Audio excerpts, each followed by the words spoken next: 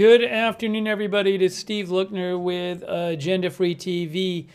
We are coming to you with some live coverage today because Ukraine has apparently carried out a major drone attack on Russian air bases, which, according to multiple reports and according to the Ukrainian government, has hit over 40 Russian strategic bombers. That would be a sizable percentage of Russia's strategic bomber force. Those bombers can carry nuclear weapons, and those bombers can also and have also been used to launch missiles against Ukraine. So this was a surprise attack by Ukraine, drone attack. Reportedly, the drones were released inside Russia by these specially outfitted trucks released near the air bases and attacked multiple air bases in Russia. And again, dozens, over 40 bombers, strategic bombers in Russia reportedly hit in this attack. So we want to bring you live coverage of this, the latest developments. But this is a major, major development today in the conflict between Russia and Ukraine after Russia invaded Ukraine. Give me one moment here.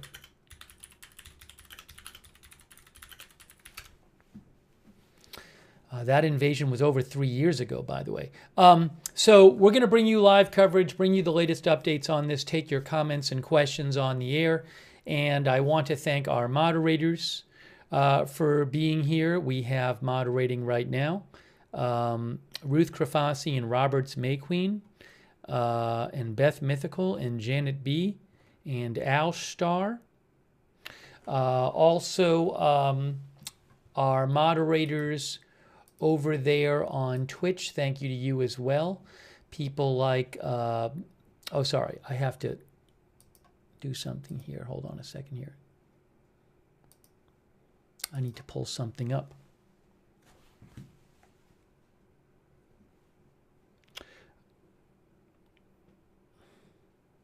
By the way, did a Discord notification go out for this?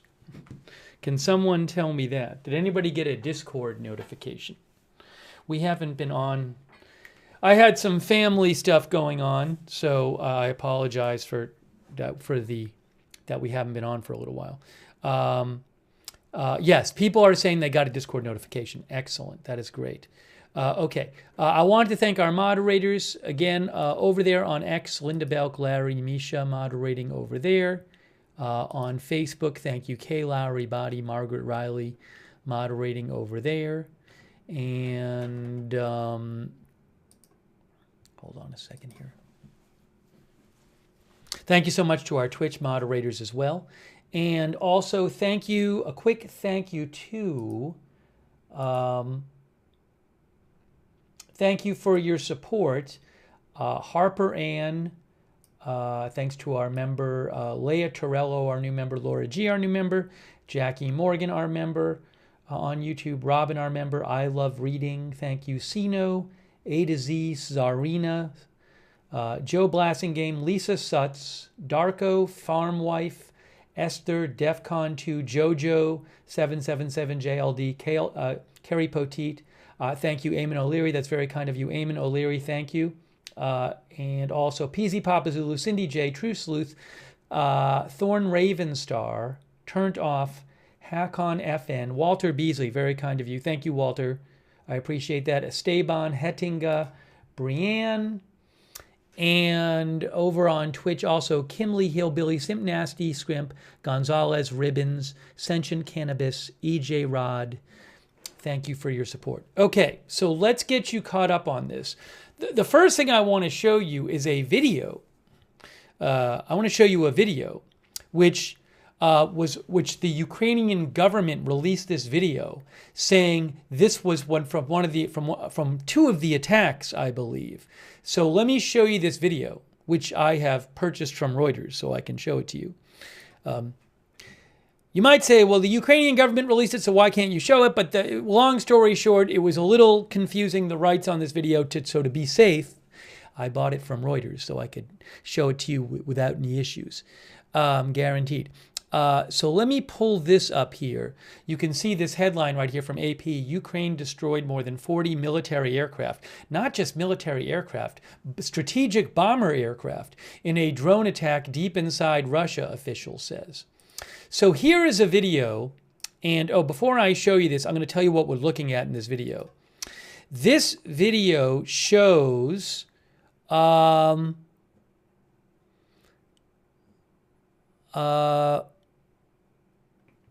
the first two shots, it shows, you can see here, Olengorsk, Murmansk region, Russia.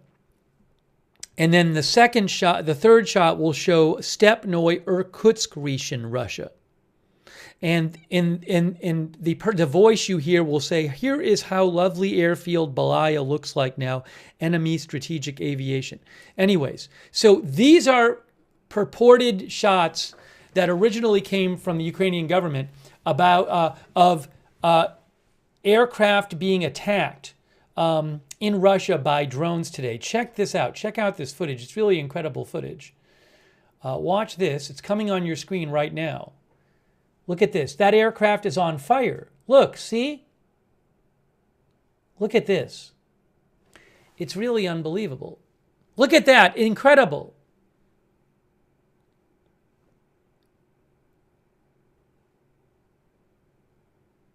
Look at all the aircraft on fire. Strategic bomber aircraft.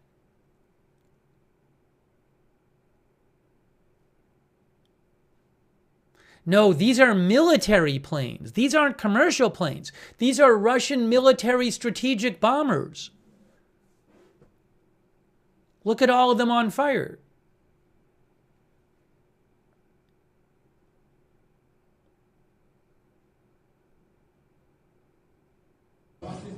Оце так файно виглядає зараз аеродром Белая. Стратегічна ворожа авіація.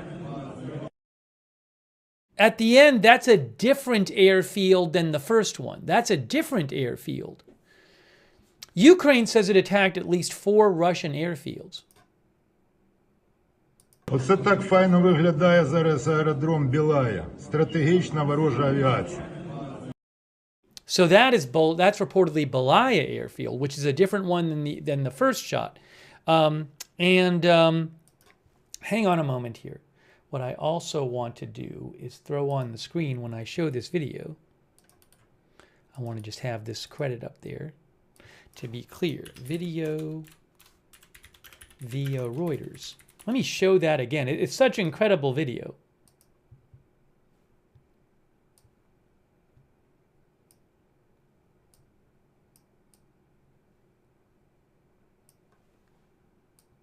Throw it up here. All right, here again is this video, which is 2 different Russian air bases. Here's the first one. Yeah, and some of these, at least some of these bases are very far away from the Ukrainian border. I mean, look at that. That right there is a strategic bomber on fire. Look at that. You can see the fire right there. And then watch this. It's unbelievable. Boom.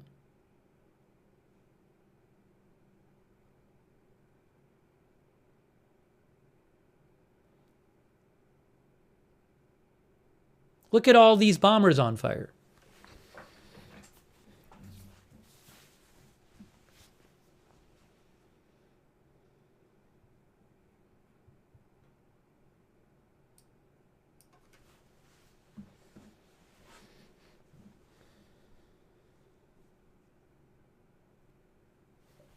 You know what I gotta do? I gotta move this up a little bit. I'm cutting off the bottom a little bit here. going to show you this one more. Оце так файно виглядає зараз аеродром Белая. Стратегічна ворожа авіація. We'll show you that again in a second. But just unbelievable. You can see here, AP says Ukraine destroyed more than 40 military aircraft in a drone attack deep inside Russia, official says. And, also there's this photo here. I want to show you this photo that comes with this article that was released by the Ukrainian Security Service. If you give me one moment here.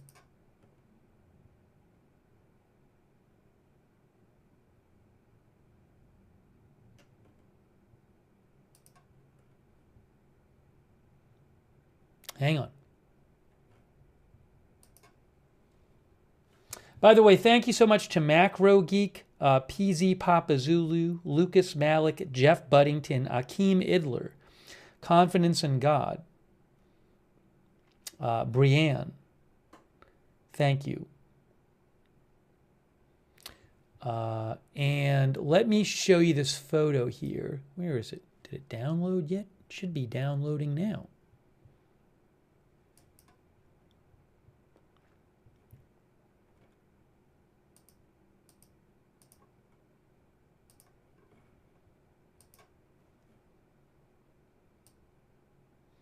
I'm getting this photo up for you. If it actually downloads. Why is that not downloading?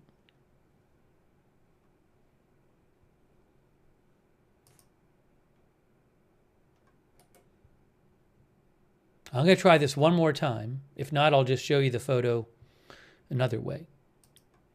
But it's behaving strangely. Yes, download.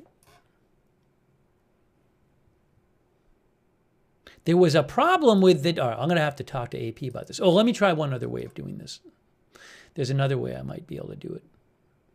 Anyways, I have to talk to the AP about it. Let me just show you the photo here. Here, hold on. Here it is. So this, can I open it in a new tab? Let's try it. That works. There you go. Okay, this is an AP photo. There you go. Well, fine. So it's very interesting. This photo here, if I can, you can see it's, this photo shows the head of the Security Service of Ukraine studying a photo of a map of Russia's strategic aviation location in his office in Ukraine.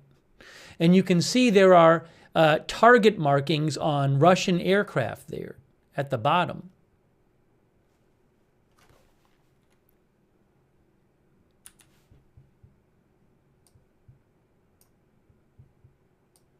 See the target there? It's an undated photo. But apparently that's from this operation. All right, so let's talk about some of the details of this. You can see this is an AAP article. It says, a Ukrainian drone attack has destroyed more than 40 Russian planes. Destroyed. Oops. I have an extra thing. A Ukrainian drone attack has destroyed more than 40 Russian planes, strategic bombers, deep in Russia's territory, a Ukrainian security official told the AP on Sunday. While Russia pounded Ukraine with missiles and drones a day before the two sides meet for a new round of direct talks in Istanbul. The official said the attack took over a year and a half to execute and was personally supervised by Ukrainian President Zelenskyy. Again, and I believe the Ukrainian government released an article about this. I believe they said the same thing, that it took over a year and a half to execute. The operation saw drones transported in containers carried by trucks deep into Russian territory, he said. So these drones were put in trucks, and the trucks got close to the airport, and then the drones launched from the trucks. The drones reportedly hit 41 planes stationed at several airfields on Sunday afternoon, including A-50, Tu-95, and Tu-22M aircraft, the official said. Moscow has previously used Tu-95 and Tu-22 long-range bombers to launch missiles at Ukraine, while A-50s are used to coordinate targets and detect air defenses and guided missiles. So strategic bombers and also these A-50 aircraft as well hit, according to A-50s, right, there's an A-50 on Wikipedia. That's an early warning and control aircraft.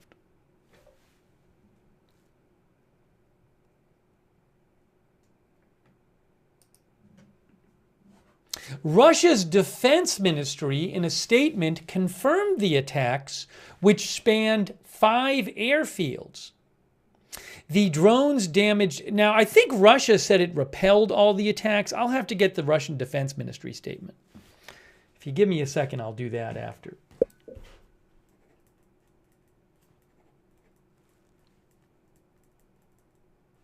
The drones damaged aircraft and sparked fires on air bases in the Irkutsk region, more than 2,500 miles from Ukraine, as well as Russia's northern Murmansk region, it said. Strikes were repelled in the Amur region in Russia's far east and the western regions of Ivanovo and Ryazan, the ministry said. Let me get the Russian Defense Ministry statement for you.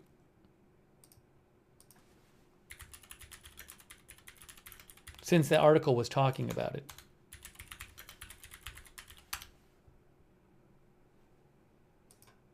I have it right here.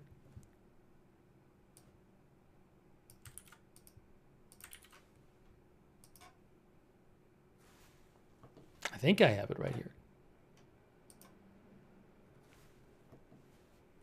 Okay, I have the statement from the Russian Ministry of Defense, which I'm going to show you right now. Okay, get ready. Here it is.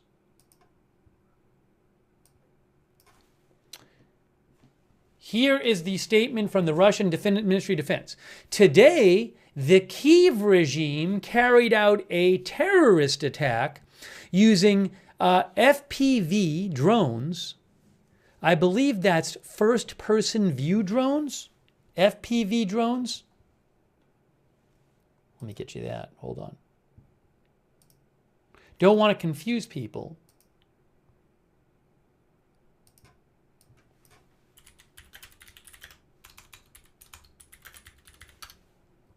First-person view drones. Wikipedia says FPV drones, first-person view, also known as remote person view or video piloting, is a method used to control a radio-controlled vehicle from the driver or pilot's viewpoint. The operator gets a first-person perspective from an onboard camera that feeds video to FPV goggles or a moderator or a monitor. Okay, so with that in mind, here is the statement from the Russian Defense Ministry. Today, the Kyiv regime carried out a terrorist attack using FPV drones against airfields, five of them, in the Murmansk, Irkutsk, Ivanovo, Ryazan, and Amur regions. Now, Russia claims that in 3 of the regions, it claims all terrorist attacks were repelled. Is that true? I don't know. In the Murmansk and Irkutsk regions, as a result of the launch of FPV drones from the territory located in the immediate vicinity of the airfields, several units of aircraft caught fire. So the Russian government is admitting that several units of aircraft caught fire. They don't say how many. The fires have been extinguished. Russia claims there are no casualties among military personnel or civilians. Is that true? I don't know. They claim that some of the participants in the terrorist attacks have been detained. Is that true? I don't know.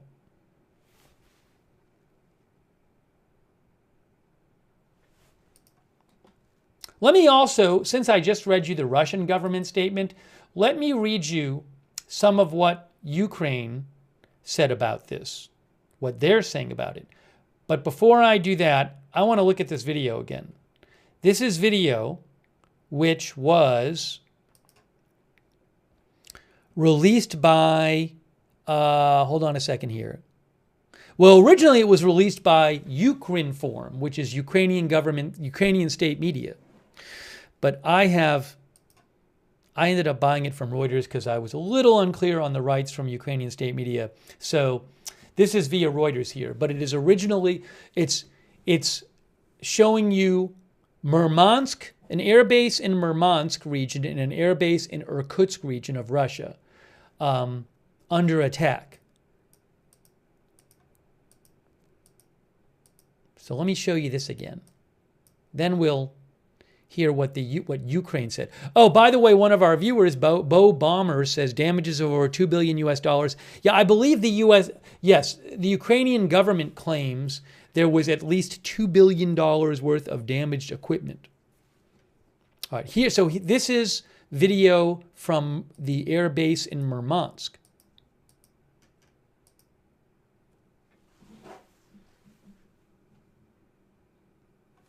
And you actually see one of the planes hit right here. Boom. Crazy. And look at all of those planes on fire. Those look like they're all bombers, I think. Maybe I'm wrong. But I'm not seeing the thing on the top that like the control aircraft would have.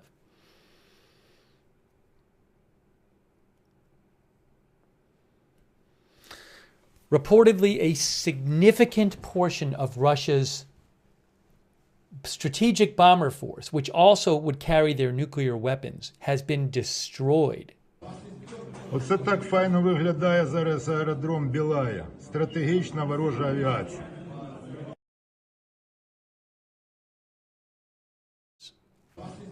Оце так файно виглядає зараз аеродром Белая. Стратегічна ворожа авіація. And the translation of that dialogue at the end is a person in Ukrainian saying, here is how lovely airfield Belaya looks like now, enemy's strategic aviation.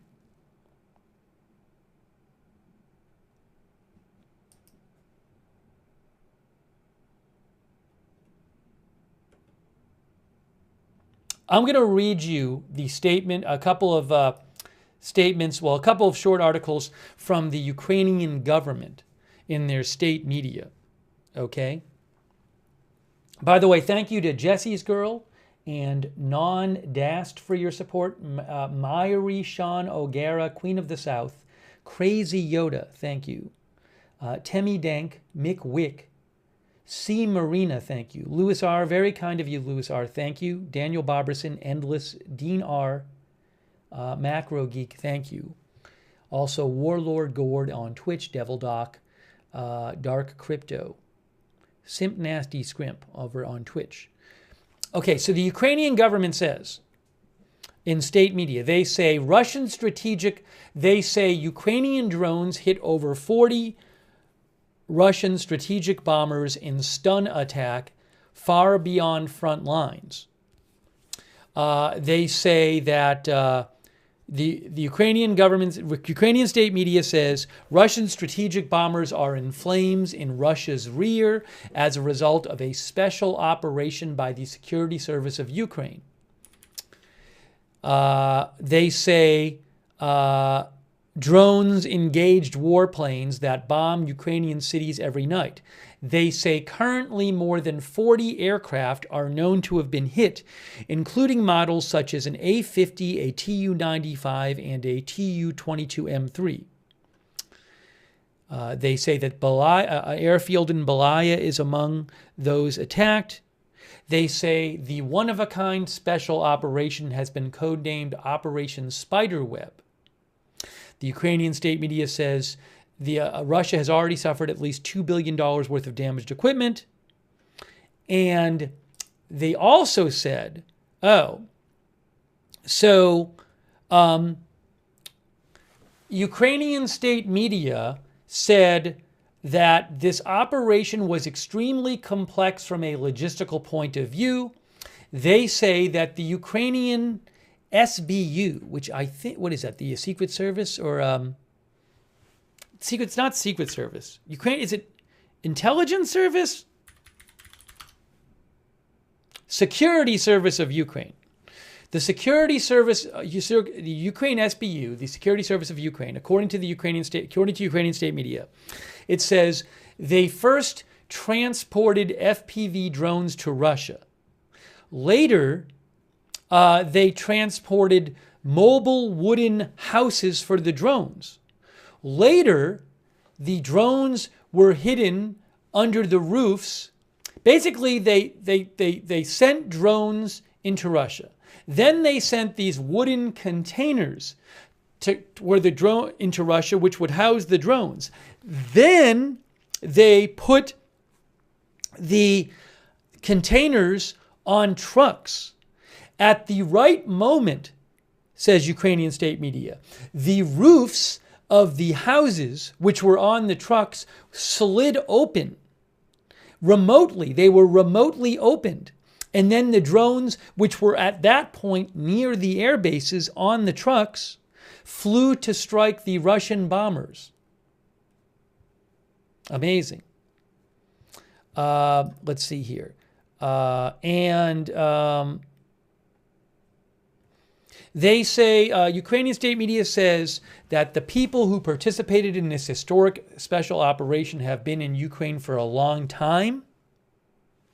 They say if the Putin regime detains someone, it will be another stage performance for the domestic audience. Wow. Crazy. You can see here, Reuters talked about that report when they said to attack Russian airbase, Ukrainian spies hid drones in wooden sheds.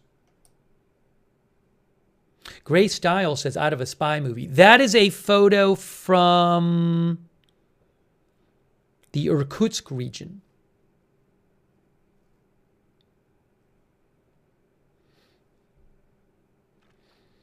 Reuters says Ukrainian secret services were able to attack... Oh, hold on. The video is playing somewhere. Where is the video playing? Somehow the video is playing. And I need to turn that off so you don't keep hearing it. Some web page. It's playing on a web page. It's time for me to figure out what web page the video is playing on. Oh, there. I turned that off. Was it on there? Not there, not there, not there.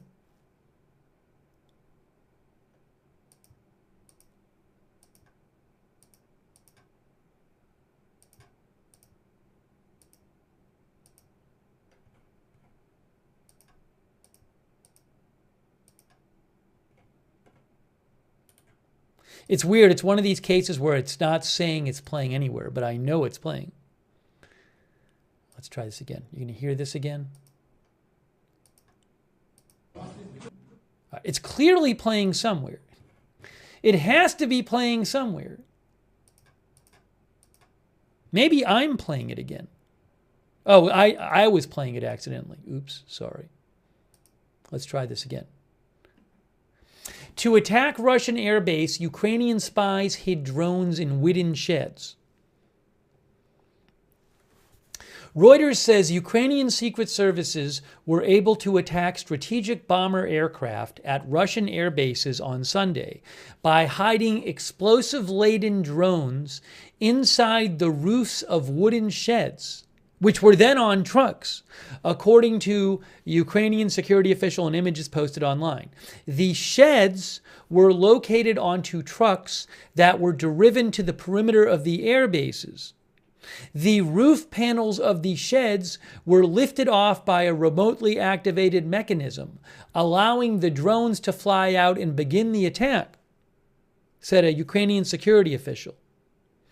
The official said that there were 4 air bases attacked in Russia and a total of 41 Russian warplanes were hit. Unverified video and pictures posted on Russian social media showed Russian strategic bombers on fire at the Belaya airbase in the Irkutsk region of Siberia. The regional governor said there had been a drone attack on a military unit near the village of Sredny, which is near the Belaya base, although he did not specify what the target was. He said the drones had been launched from a truck. The Irkutsk region attack was the first time a drone assault had been mounted by Ukraine so far away from the front lines, which are more than 2,600 miles away. The Russian airbase in Irkutsk, which was attacked, is more than 2,600 miles away from the Ukrainian border. That is beyond the range of long-range strike drones or ballistic missiles Ukraine has in its arsenal. So it required a special scheme to get the drones close enough to the target. Unbelievable.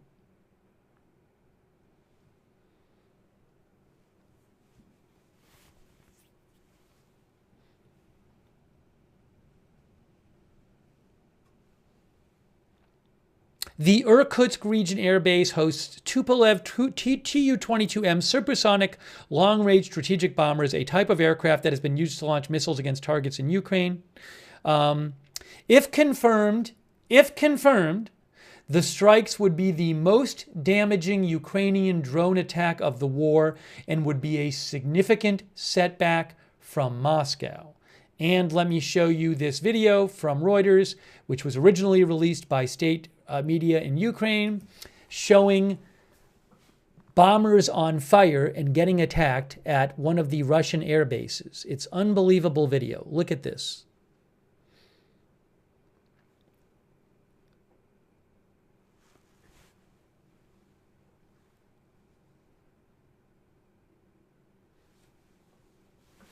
Just crazy. And then at the end, you'll see some footage of a different airbase, according to Reuters.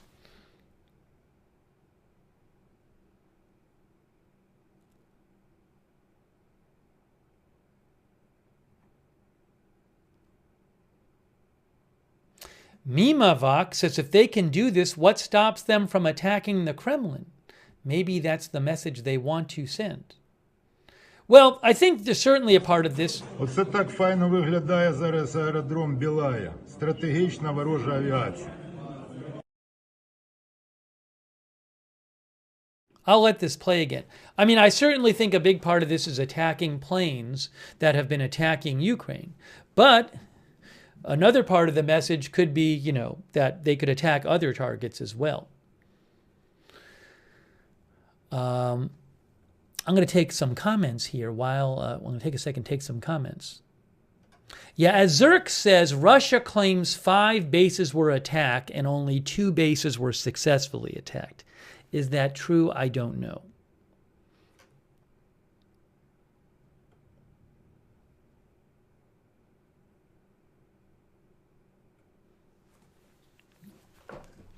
Chris RD44 says, I fear what's coming.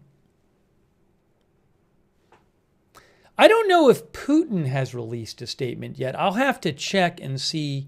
I read you a Russian Defense Ministry statement, but that was focused on what they claim happened.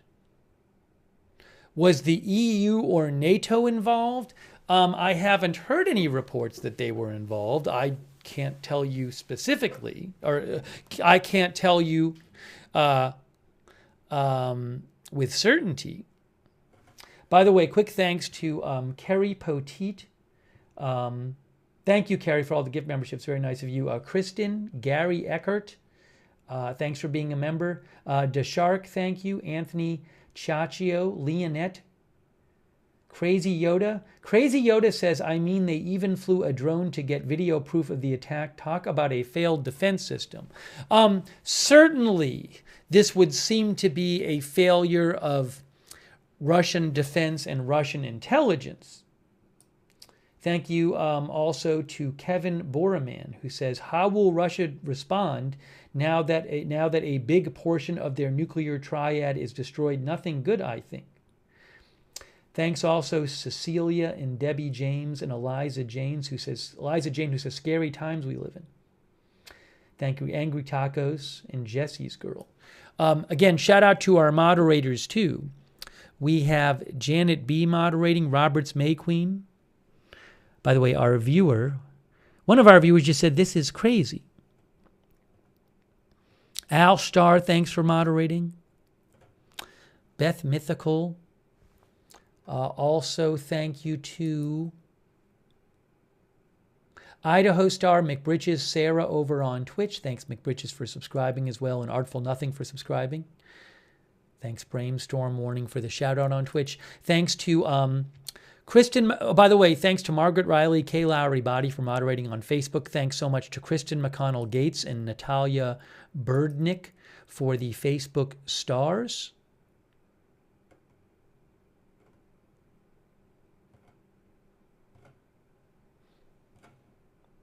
Also, I think Pablo gave stars. Thank you, Pablo, if I have that. Yes, Pablo Ozuna. Thank you, Pablo. And also thanks to Linda Belglary and Misha for modding over on X.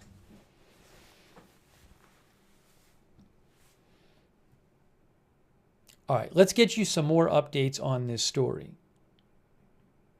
Yeah, Nikolai says videos on X showing the drones exiting the trucks. So I posted on my X account, I reposted a video that supposedly shows a drone exiting one of the trucks. I don't have the rights to that video, but I'm gonna post a link to it in the chat. So right now I am posting a video that was posted, I believe, originally by MASH, a Russian news outlet. Special Kherson Cat then posted it. But I just posted a link to it, and it appears to show, again, I don't have the rights to the video, but it appears to show a drone flying out of a truck near, a couple drones actually, flying out of trucks near one of the airfields. So I just posted that for you. And there's others floating around too. Again, I can only show the stuff I have the rights to, but I've been posting other stuff on my X account.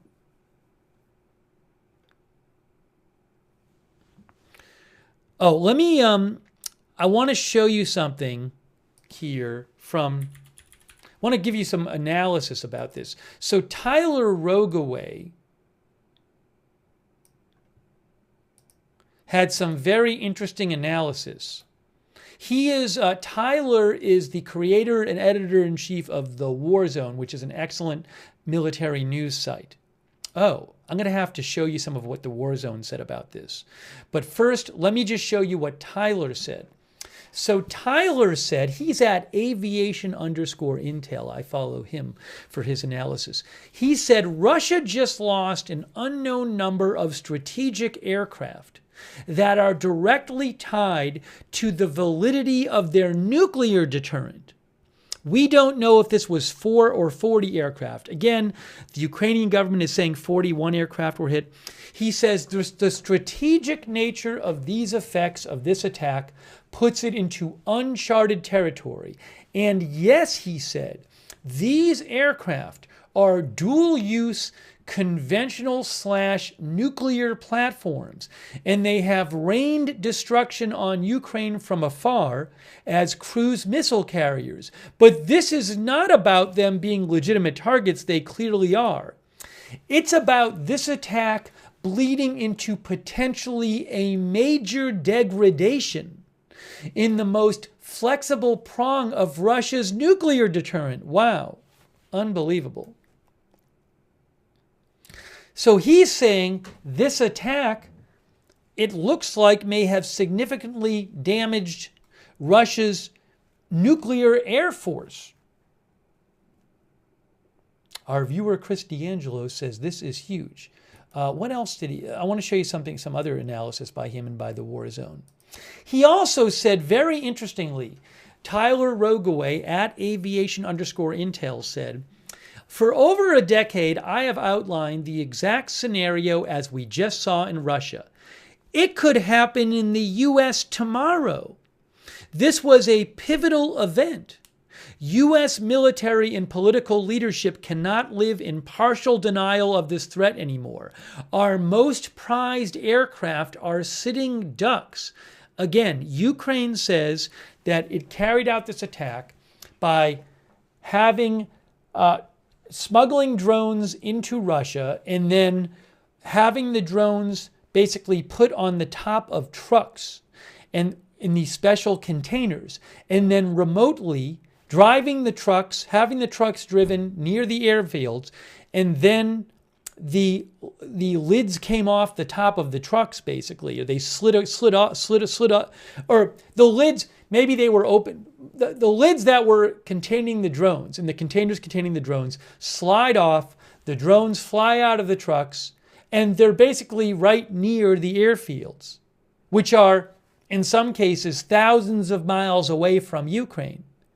So you don't have time to track these drones and shoot them down from thousands of miles away because they're being launched remotely right near the airfields, right near the targets.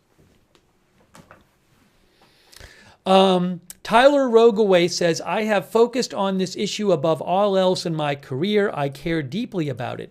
The failure of the U.S. Department of Defense, he says, to foresee what was totally foreseeable with obsessions with yesterday's threats is such a failure. We need to educate our non-military leaders on what this is. This is a huge issue as well. See New Jersey, so much work to be done. Hardened aircraft shelters is still being debated in the Pacific. We are in a really bad spot here. He says the biggest challenge with this issue is education. Many just don't take the time to learn the ins and outs of the drone threat. There are many layers and nuances, emerging technologies. There are high-up people in the military that don't even really understand these basics. Then really terrible assumptions fill the gaps. Our pilots, our troops, our generals, our local officials need a crash course on this now. So he's saying that he believes that the U.S. is vulnerable to this kind of attack as well. And again, this was, Russia was taken by surprise here, and it looks like they might have lost dozens of their strategic bombers, a significant portion of their nuclear air force, basically. Wow, unbelievable. I'm going to check out what the war zone said in a second. Let me just check for updates here. Hold on a second here.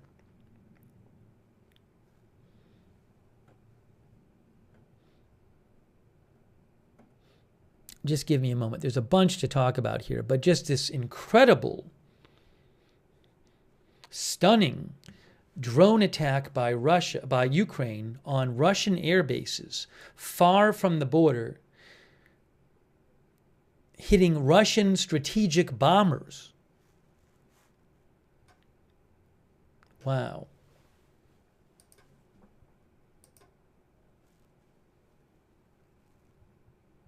Hang on a moment. Hang on a moment.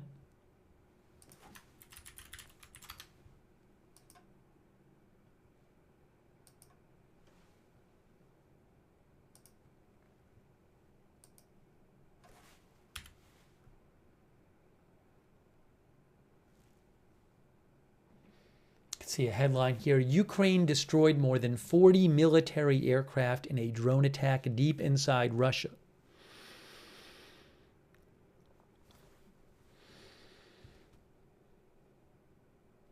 Yeah, somebody is asking about a map of this. We should pull up a map of Murmansk and Irkutsk. I know two of the bases were in Murmansk and Irkutsk. I got to do this. Hold on. This thing I have to hide.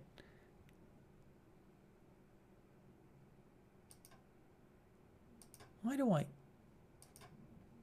All right, hold on. One moment here.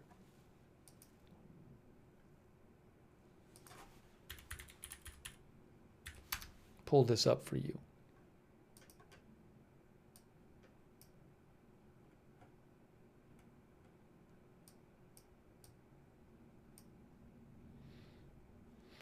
So one of the bases that was attacked was in Murmansk, which is up here. So Ukraine is down here. Here's Russia here. Murmansk is up here.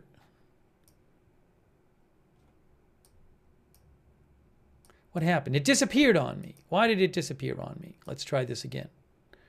Murmansk. Oh, is that Murmansk city or Murmansk Oblast, Murmansk region?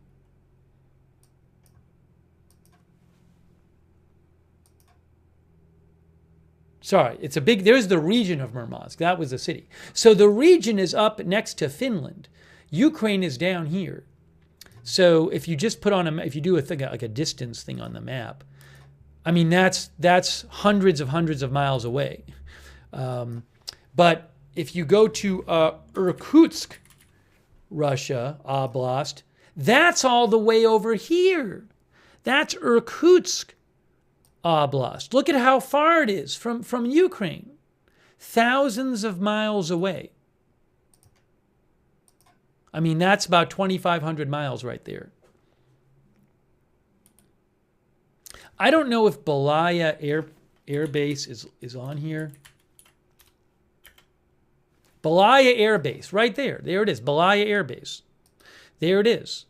From that's one of the air bases that got attacked. Well, this says museum actually, so I don't know if that's the correct one. But it says Belaya Air Base in Irkutsk. So if that indeed is the right one, again, if we do this, roughly, if it's not there, it's roughly that area, but it's in the same region.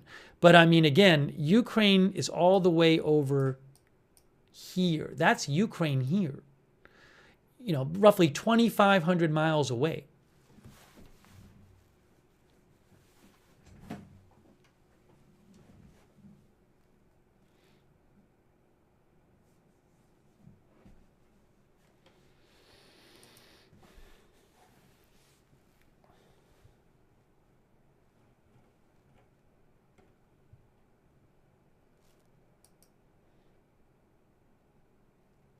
Let me show you another summary of what happened. This is from the Washington Post. Ukraine attacks Russian targets in far-reaching drone strikes. On the eve of bilateral peace talks in Istanbul, Ukraine's security services launched a massive drone attack against several air bases inside Russia that reached Siberia for the first time. Officials in both countries said Sunday, in one of the most penetrating assaults of Russian territory by Ukrainian forces since the war began. According to a Ukrainian official, Kyiv conducted a special operation that destroyed 41 Russian strategic aircraft stationed at 4 airfields. The official said dozens of first-person view drones armed with explosives were smuggled into Russia and concealed inside trucks and beneath the roofs of housings which were in the trucks, which were remotely opened, allowing when it says beneath the roofs of houses, I believe they mean here beneath the roofs of containers that were put in the trucks. That's my understanding. Which were remotely opened, allowing the drones to fly up and attack their targets. The operation, codenamed Spiderweb, was prepared for over 18 months under the personal supervision of Ukrainian President Zelenskyy. Russia's defense ministry called the operation a terrorist attack and confirmed in a statement that airfields had been attacked by drones in Murmansk, Irkutsk, Ivanovo, Ryazan, and Amur regions. Russia claimed that several suspects had been detained, and Russia claimed there were no casualties. Video footage shared by Ukraine security services appeared to show one Russian airfield in flames and drones attacking several planes. I'll show you that in a second. The Washington Post could not independently verify the claims. Local Russian officials confirmed that drone attacks had hit deep inside Russian territory. Let's see here. In Russia's northwest Murmansk, which borders Finland, the regional governor said enemy drones had attacked unspecified targets. He did not report any casualties and urged residents to remain calm. Telegram channels linked to Russia's security services reported that FPV drones had attacked Russian long-range aviation bases at Olenya Air Base in the Kola Peninsula near Murmansk and Belaya Air Base in the Irkutsk region, 3,400 miles east of Ukraine. Videos shared on social media by local residents in Usolyi Sibirskoye, which is where? Usolyi Sibirskoye is a town in Irkutsk. Okay. Videos shared by local residents in Irkutsk appear to show flying drones buzzing overhead, massive explosions, and plumes of billowing smoke. Russia's influential Z community, pro-war bloggers, military journalists, and propagandists described today's attack as Russia's Pearl Harbor, with some calling for retaliation. Military blogger Roman Alekin wrote, "We hope that the response will be the same as the U.S. response to the attack on their Pearl Harbor, or even harsher. This is not just a pretext. This is a reason to launch nuclear strikes on Ukraine," said the author of the Telegram channel Two Majors. And then we haven't even talked about this. The attack followed the sudden collapse of two bridges in western Russia, which derailed a passenger train and killed at least 7 people. Those two bridge collapses in Russia occurred within hours of each other overnight and Sunday in Russia's Kursk and Bryansk regions, both of which border Ukraine. It was not immediately clear whether they were linked. And all of these attacks come, well, we don't know for sure that the bridges were attacks. The drone attacks come a day before Ukrainian and Russian officials are due to meet in Istanbul for U.S.-backed direct peace talks. Okay.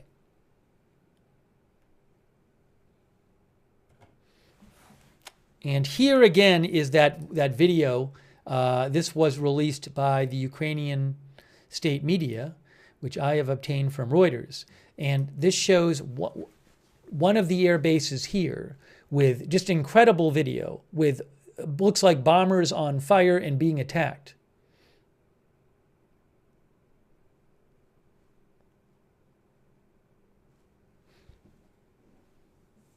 And you can see numerous planes all on fire.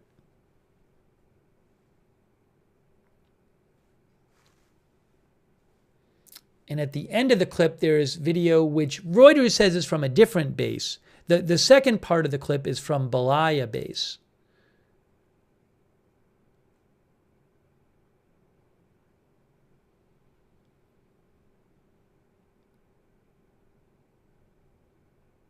That one right there.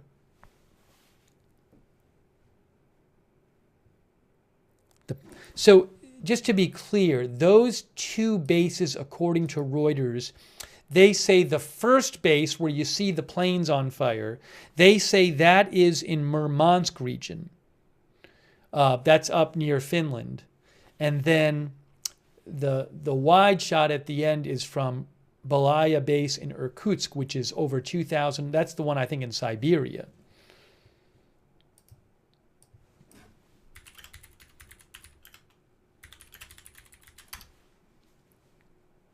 Yeah, Irkutsk is in Siberia, over 2,500 miles away. Let me show that again. It's just incredible video.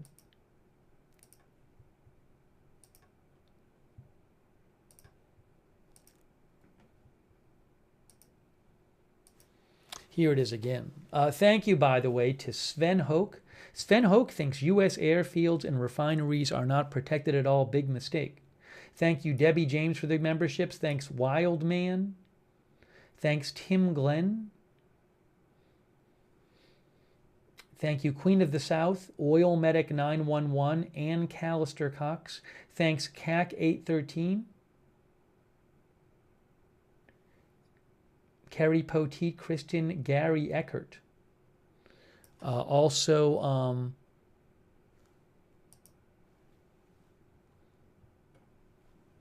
Hang on a second here.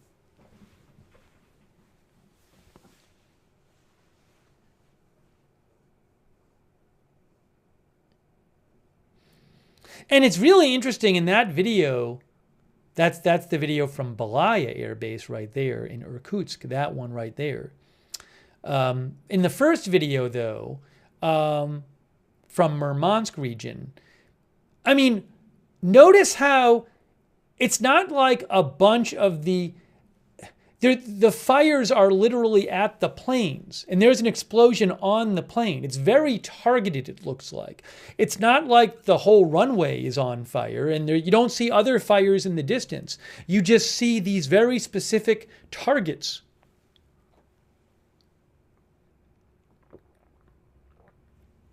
Link Ray thinks Ukraine is desperate for World War III. Now, Marco thinks Ukraine didn't inform the U.S. I've seen some different reports on whether Ukraine informed the U.S. Let me go back and talk about that for a second.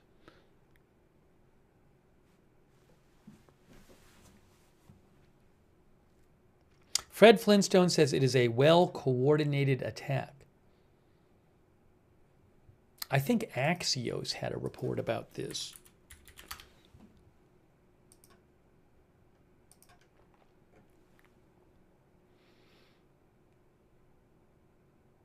Axios claims that Ukraine did not notify the Trump administration of the attack in advance. They say a Ukrainian official and a U.S. official told them this. I cannot confirm that.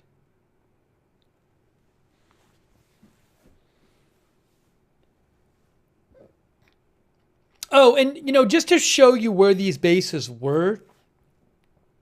So Ukraine itself claimed that the bases were Belaya,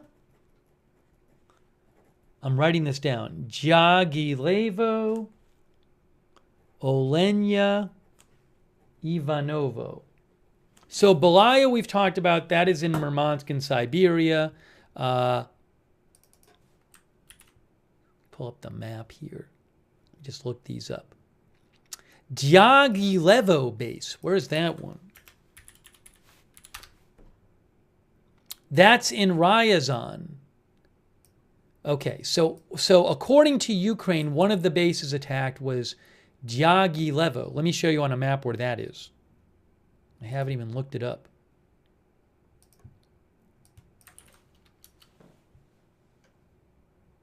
Okay, well here's Diaghilev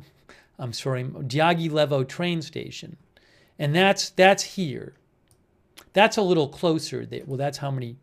That's about 350 miles from the border. That's where Diaghilev is. And then that's not the base, but I assume it's close because it's in the right region. And then a third one was Olenya Air Base. Where is that one at?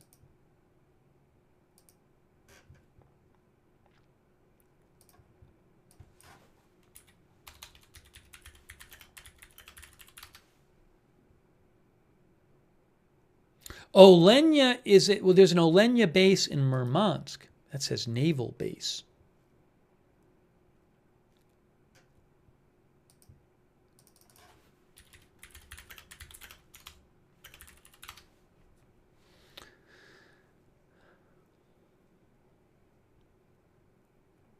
I don't want to linger on this, but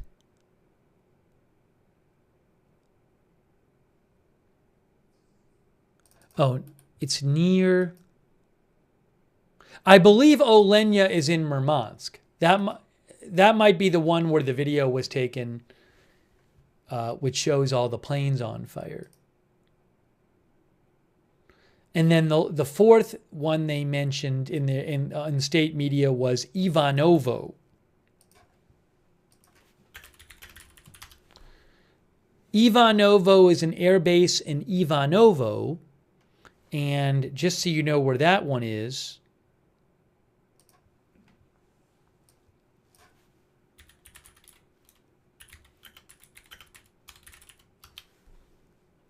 There's a, that looks to, is that it? Well, I looked it up and it said military airport, and that looks like maybe it's it. And that is over here. So that would be roughly speaking about 450 miles from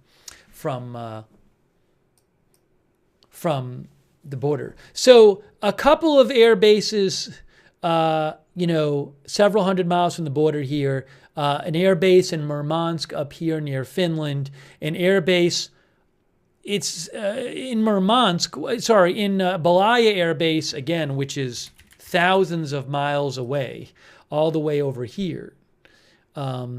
So this was multiple air bases attacked, according to the Ukrainian government. And Russia also said multiple air bases were attacked, and in a range of places inside Russia.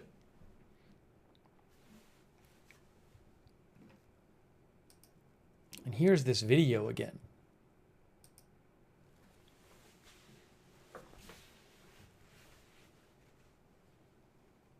It's unbelievable.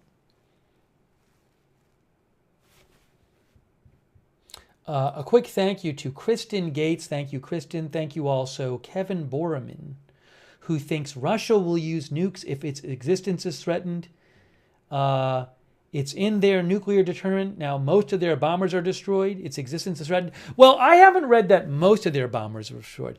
I don't have exact numbers for you, but I saw estimates that a significant percentage of their nuclear bombers had been destroyed. I will talk about that more in a second. Thank you, J.K. Sinar, for your support. Also, let's see here.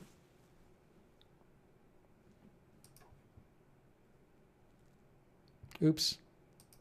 I didn't mean to cut off the video here. Let's play the video again so you guys can see it. Then we'll talk about the numbers.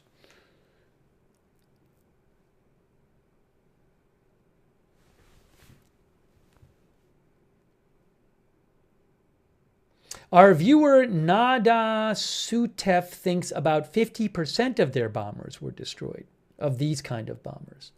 I'll try to get you some more expert opinion on this.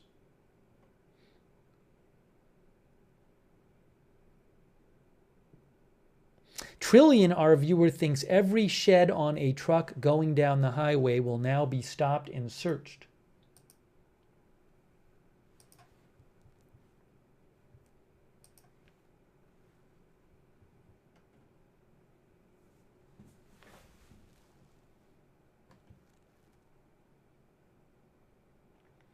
Zoe says, what happened to the drivers? How did they get so far without any inspection?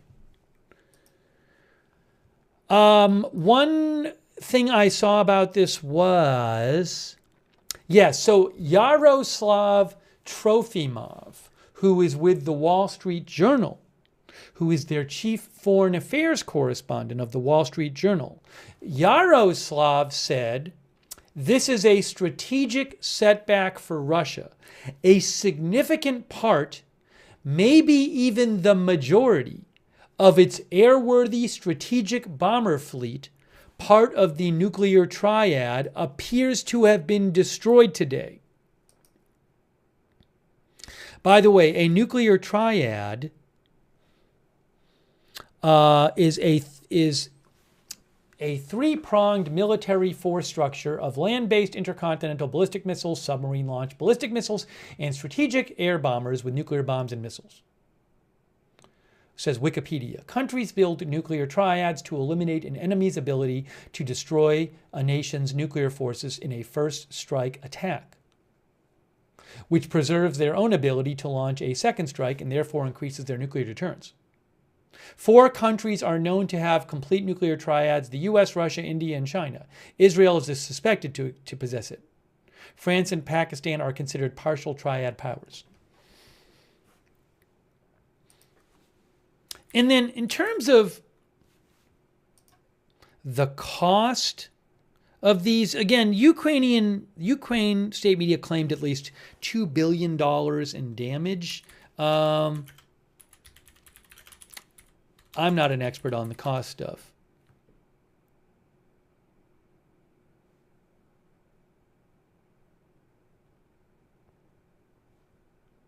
I want to see what the War Zone said about this. They are a good military source. Your ad here says drones have changed everything.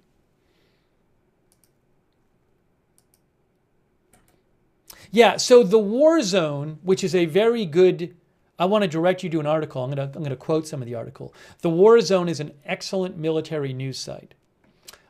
They have a headline, Russian strategic bombers destroyed in unprecedented wide-scale drone attack. The attacks that went after the heart of Russia's strategic aviation capabilities and one arm of its nuclear deterrent should serve as a global wake-up call. Wow. Let me post the link to this article here so you guys can read the whole article if you want. The War Zone article link. I'm going to quote some of it for you. So the War Zone says Ukraine carried out a massive drone strike at air bases across Russia today. They claim to have destroyed dozens of aircraft. Interestingly, they say there are also indications that Russia's Northern Fleet headquarters, home of Russian nuclear submarines, was attacked as well. Is that true? I'm going to have to look that up as well.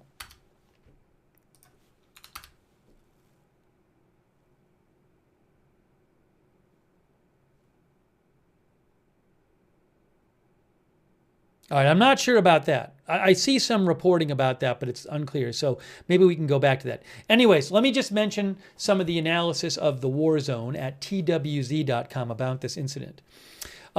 They say that this attack was clearly aimed at Russia's most prized strategic aerial assets, which cannot be replaced quickly in any manner, and doing so at all would be extremely expensive. Okay, I'm going to post that quote because I think it's a very interesting quote. Again, the War Zone says these planes cannot be replaced quickly in any manner, and doing so at all would be extremely expensive. These were Russia's most prized strategic aerial assets. Where is, hang on a moment here. Where's the thing I was just reading? I was just reading it. Where did it go? I have to pull it up again, I guess. Oh, here it is.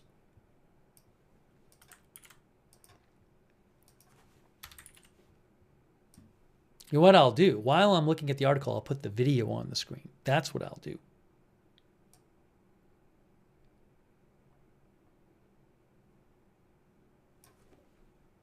Hang on a moment. I'm getting the video on the screen for you. Just give me 2 seconds here.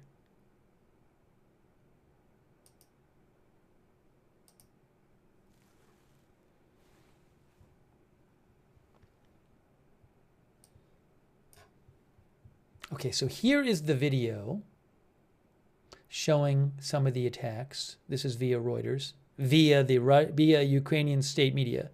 So while I'm showing you this, I can give you some more of the War Zone analysis. Here it is. Okay, so I put that up on the screen. There's that.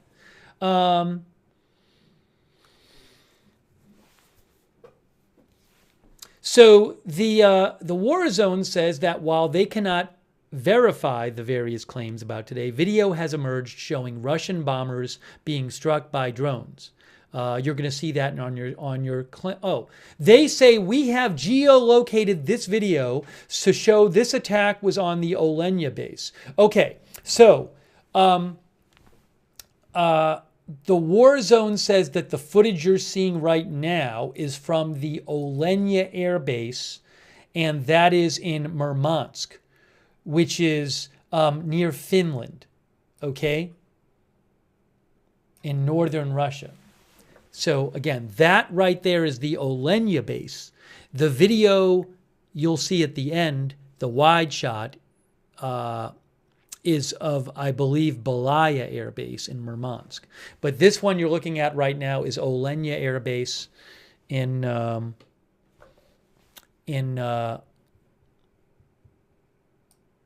I'm sorry. This is Olenya in Murmansk. That's Belaya in Irkutsk. That base, Belaya base, if that's accurate, is over 2,500 miles from the border. All right, so hold on a second here.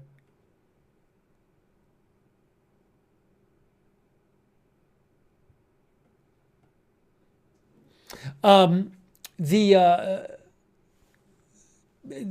war zone says that multiple videos show that the attacks came from trucks.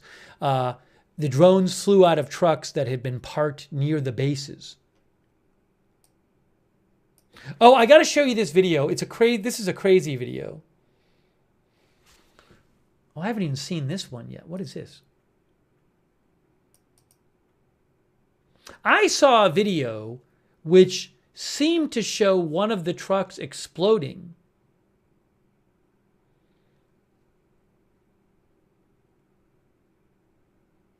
Hang on one sec here.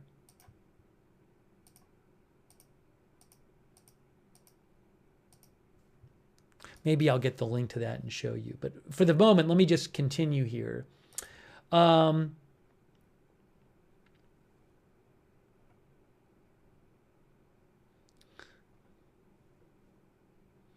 I'm going to, I showed you before, I'm going to post another link in the chat to a video that supposedly shows a drone being launched from a truck. So let me throw that up on the screen for you, throw that in the chat for you. Hang on. Right here. I just posted it right now in the chat. Okay, the War Zone, continuing checking out their analysis of this, twz.com.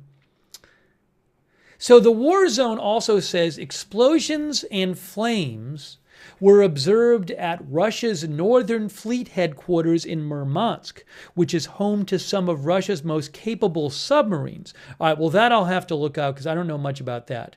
Russia denied the Northern Fleet headquarters was attacked. Broader context. Okay, so here's some analysis from the War Zone, which I'm going to put the link in the chat. The War Zone says, the fact that Ukraine went after some of Russia's most prized aerial capabilities, many of which are directly tied to its nuclear deterrent, greatly ups the ante. We don't know how many strategic aircraft Russia lost today, but it could be a large portion of its long-range cruise missile carrier aircraft. While these aircraft have rained destruction on Ukraine from afar and are legitimate targets, they also underpin a leg of Russia's nuclear deterrent. This will undoubtedly provoke a unique response from the Kremlin. That's very interesting. The War Zone says this will undoubtedly provoke a unique response from the Kremlin, who has warned that widespread attacks against its strategic capabilities would be a red line. So how is Russia going to respond to this massive damaging of their strategic nuclear bombers? Wow. That's a huge question right now. What will they do in response to this?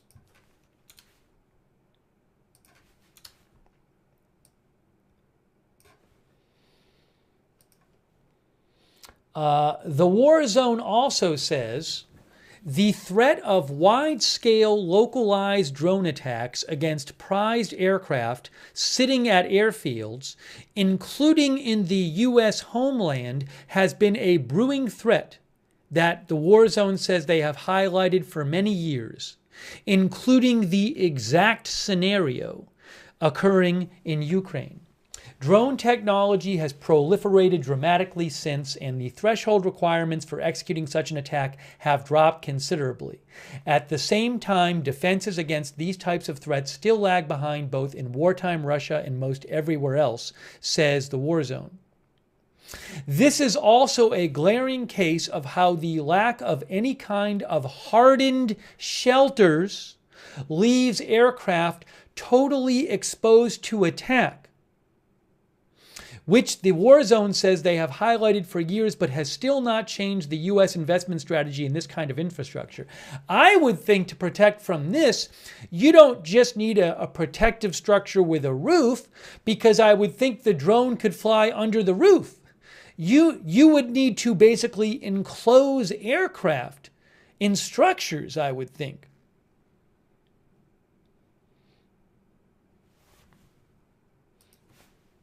Also, the war zone says there is also AI-enabled low-end drones now becoming reality. This would allow these aircraft to fly much farther without any radio control and hit targets they recognize autonomously by themselves.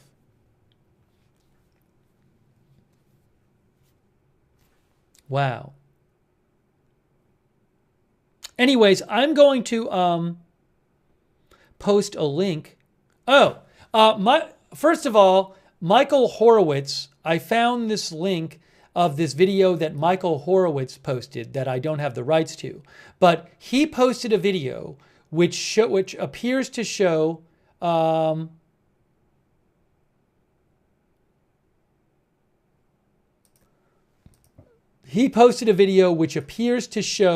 one of these trucks self-destructing, while looks like maybe a Russian civilian is climbing inside it after.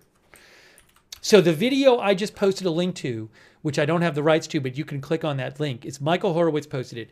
It appears to show one of these trucks that was parked on the side of the road near the airbase where drones were launched, and there's a bunch of people around it, and a person climbing on the truck. It just blows up. Al Goma 1 says this is kind of like Pearl Harbor, but the Russian version. Let me post a link. So this is an excellent article by the War Zone, twz.com. If you want to read their whole article about this attack, you can go to this link. I really appreciate them letting me quote their article to you.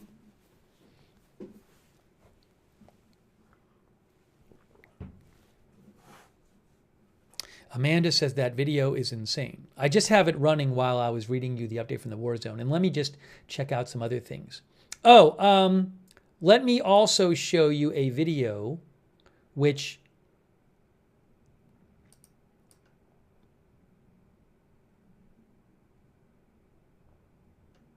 the Ukrainian state media posted some photos of what it said were the drones and these containers that the drones were in on top of the trucks. So I'll post a link to that as well, and you can check that out.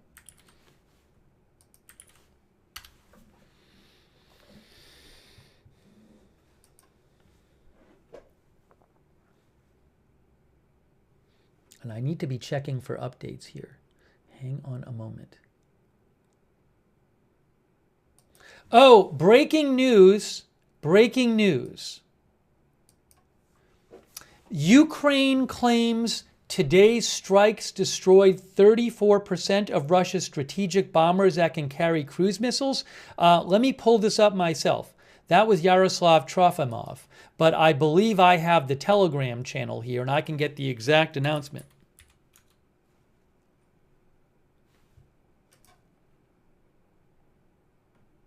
Okay, breaking news. Hold on a second here. Where is it here?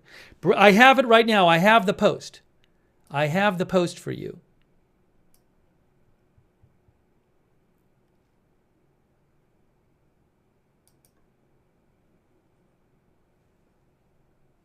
I'm going to show you guys the post.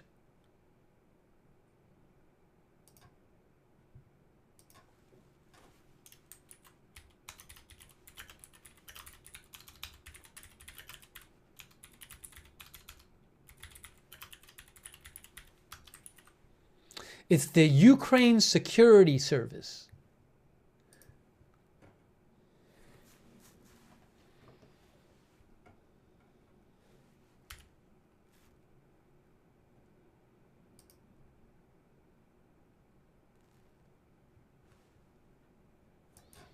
All right, here is the post from the Ukraine Security Service.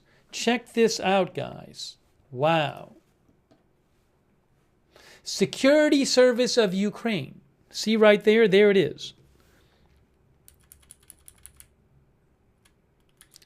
7 billion US dollars. Such oriented cost of strategic aviation of the enemy, which was struck today as a result of the special operation of the SBU, I think it was called Spiderweb. It says web there. 34% of strategic carriers. Is the translation better from Telegram? Yeah, this is the Telegram translation. It looks like it's better. 7 billion US dollars. This is the estimated cost of the enemy's strategic aviation, which was hit today as a result of SBU's special operation. I think it was Spiderweb.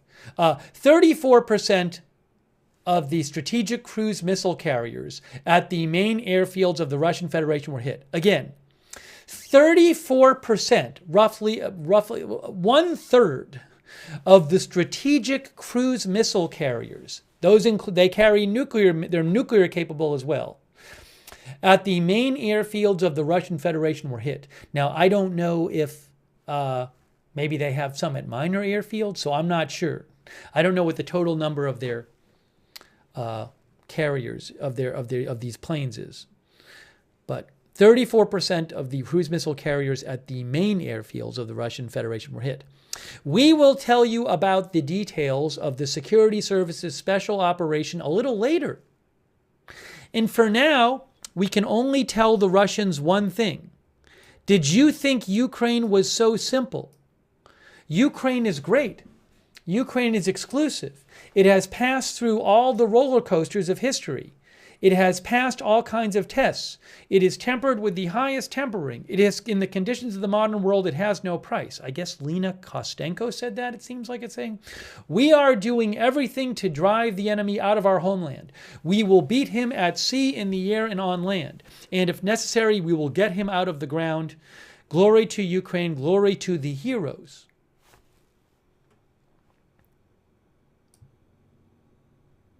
So they say 7 billion US dollars of aircraft were hit, was damaged, and 34% of the strategic cruise missile carriers, which would carry nuclear weapons as well. Wow. Crazy. Hey, a quick thank you to, hang on a moment here. Thank you so much to Willie Rock for your support, who believes that Pearl Harbor was more costly than this attack, adjusted to inflation. However, this is equally costly proportionally to Russia's military spending. I haven't crunched the numbers, but thank you, Willie Rock, for writing in.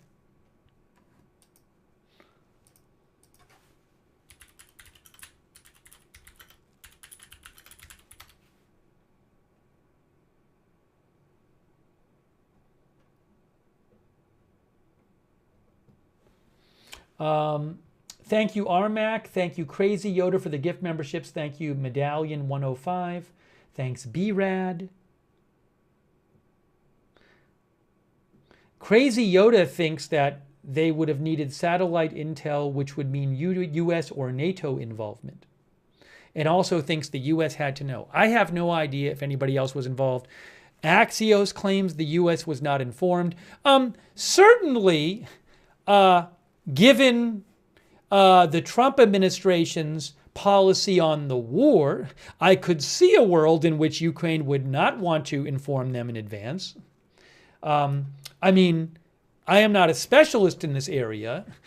Given such a sensitive operation, I would think Ukraine would want to inform as few people as possible, because it's such a delicate operation. But I don't know. I can't tell you who they did or they didn't. Thank you, Kevin S. Longboard Ninja Master D. Christian from Norway, who says modern Trojan horse history repeats itself.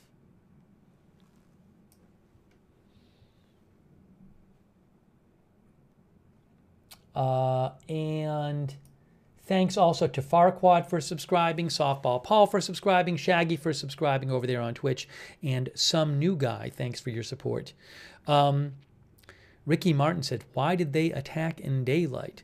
You know, it's an interesting question, but given that these are FPV drones, which as I understand it are drones where they are being flown by somebody remotely and controlled by somebody remotely who has a first-person view. There's like a camera on the drone, and the person uses that to see the drone's point of view. I would guess that maybe in the daytime you get a much better view.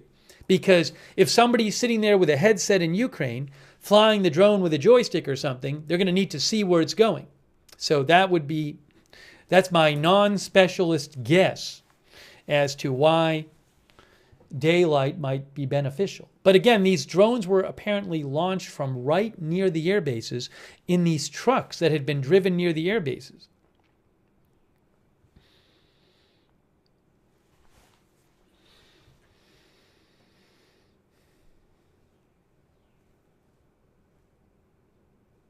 One of our viewers said that daytime is better for TikTok videos. Well, another benefit might be is that they could see what the damage is in daytime better.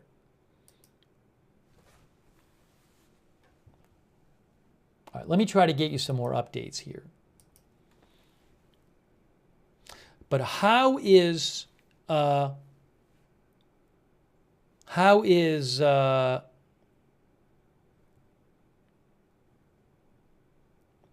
Russia going to respond to this?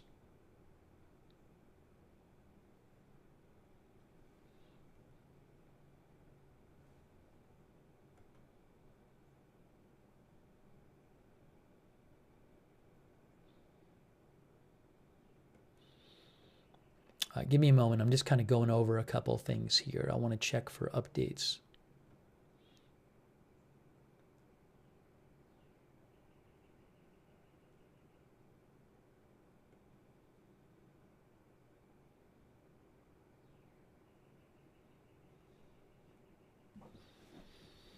Tommy Lund of Reuters says the amount of Russian aircraft destroyed is a rewriting doctrine losses. He says it's like sinking one of Russia's fleets completely.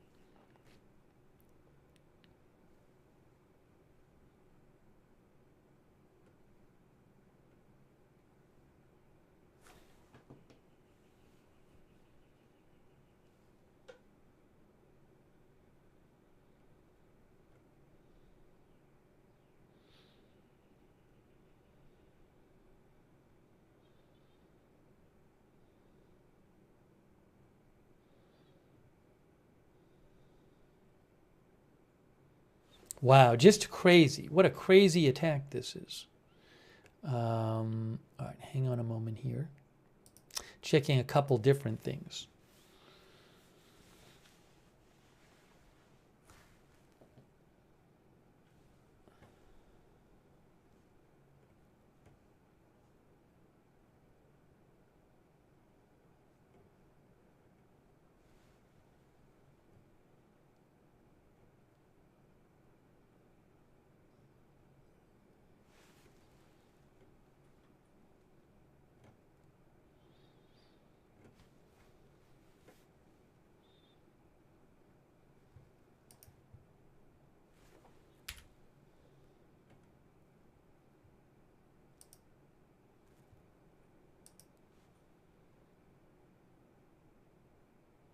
Wall Street Journal says this was the biggest blow of the war against Moscow's long-range bomber fleet.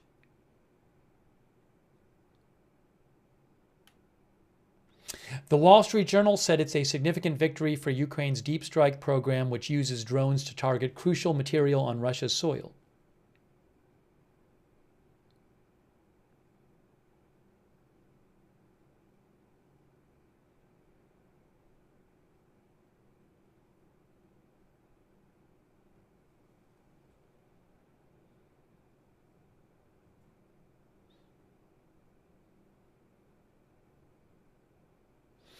Also, the Wall Street Journal says Russia no longer produces the Tu-95Ms, the Tu-95MS or Tu-23M3 planes that were among those damaged. Oh, also, the Wall Street Journal says before these attacks today, Russia had 54 Tu-22M3s and 58 Tu-95Ms. It's not clear how many of those were operational. To repeat, the Ukrainian security service says that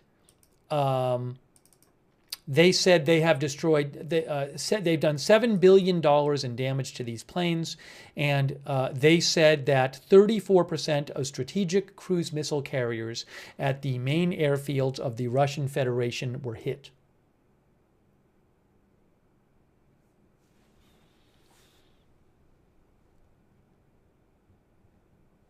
Wow. All right. Sorry, give me a moment here. There's so much to check out.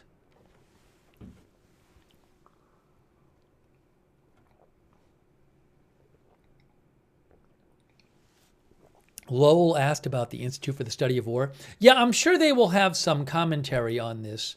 Sometimes it takes a little bit for them to produce a report on this, but it's certainly a very big development.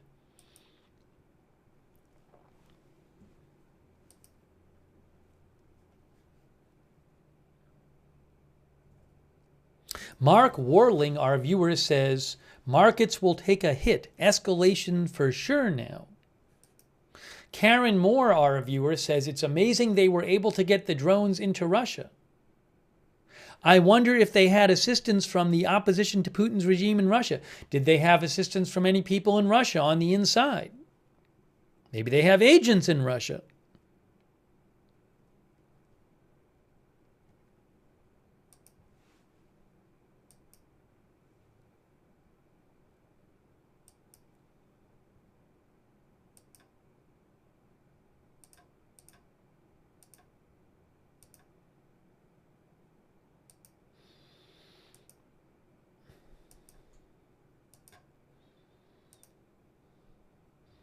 All right, so let's just show you for the people who haven't seen it.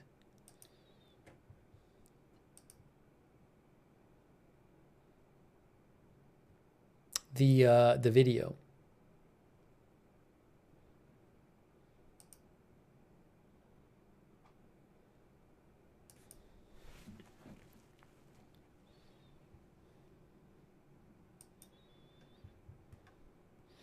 We are covering the major Ukrainian drone attack on multiple Russian air bases, which has destroyed a significant number of Russia's long-range strategic bomber aircraft, which is part of its nuclear triad. These are aircraft which were used to attack Ukraine with cruise missiles, but also carry Russian nuclear missiles. Yeah, I don't know. So, again, one of our viewers mentioned this, and I've mentioned this. There is some claims floating around online that Ukraine today might have hit some sort of submarine base.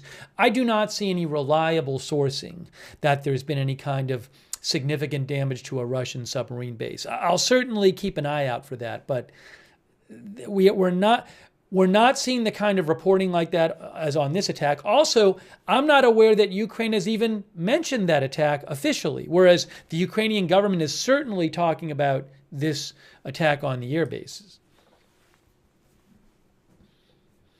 So here is this video, again via Reuters, and see a plane on fire right there, and you'll see another one go up in flames here. This is at an air base, I believe, in Murmansk, near Finland in Russia. And just look at that shot there. It's crazy.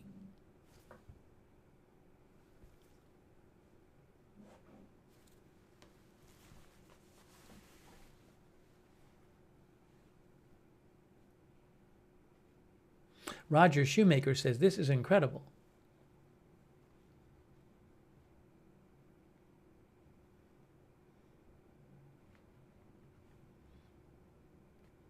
That base is hundreds of miles from the Ukrainian border. This base is, I believe, Belaya base, which is thousands of miles, I believe over 2,500 miles in Siberia from the Ukrainian border.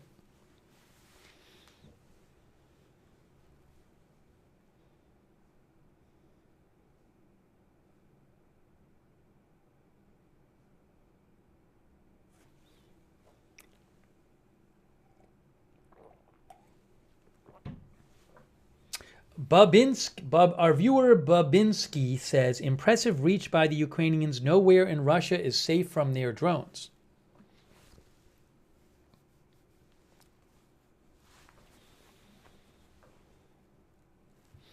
Let me mention again how this was carried out according to Ukraine.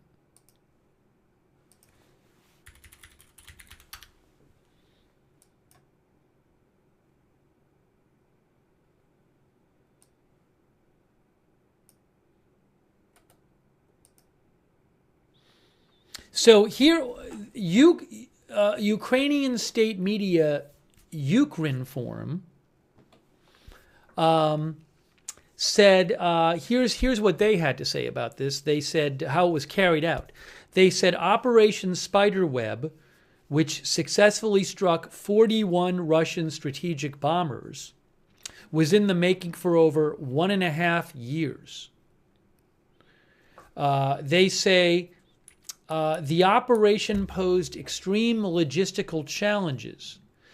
The Ukrainian security service first smuggled drones into Russian territory, followed later by mobile wooden cabins.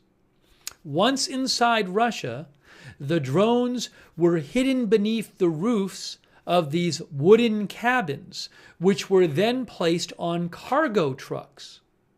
At the critical moment, the cabin roofs were remotely opened, launching the drones to strike Russian bombers. So the trucks were driven and parked near the air bases.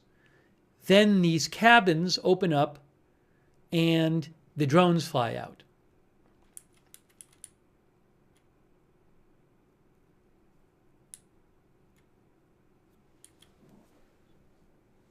They also say all the personnel involved have returned to Ukraine. They claim, the Ukrainian government claims, any arrests staged by the Putin regime will be nothing more than a theatrical display for domestic consumption. They say it targeted 4 Russian air bases, damaging over 40 enemy aircraft, including A-50, Tu-95, and Tu-22 M3 bombers.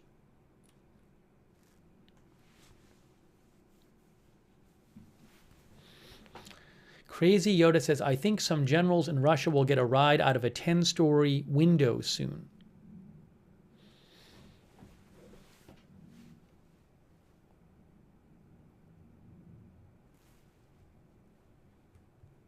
Thank you, by the way, Eddie V and Cyrus the Virus and Amanda Mosher and Crazy Yoda. Wendy says, oh boy, not good. Loki 1988, Bass 300. Who thinks we'll hear from the White House and DOD soon. I haven't heard any commentary from them yet. Thanks, Martin Gingrich, who thinks Kyiv is in big danger. Thank you, Martin. Red Squirrel 82, some new guy, thank you.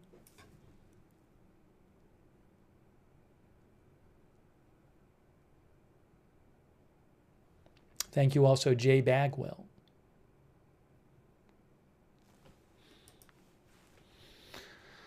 Let's see here.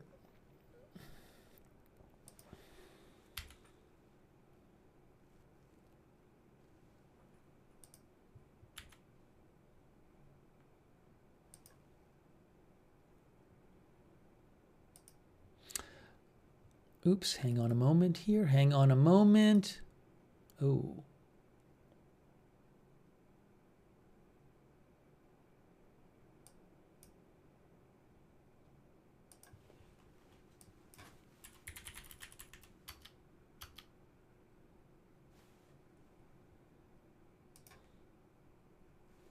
Hang on one moment. One moment.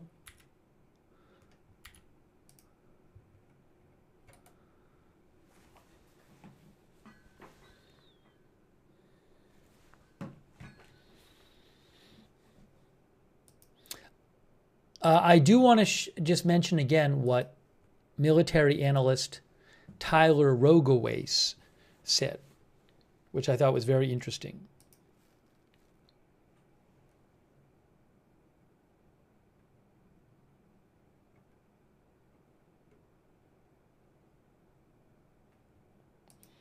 He is the founder of the Warzone website, which I like very much. He said, Russia just lost an unknown number of strategic aircraft that are directly tied to the validity of their nuclear deterrent. We don't know if this was 4 or 40 aircraft. The strategic nature of the effects of this attack puts it into uncharted territory. And yes, these aircraft are dual-use conventional nuclear platforms, and they have rained destruction on Ukraine from afar as cruise missile carriers, but this is not about them being legitimate targets. Clearly they are.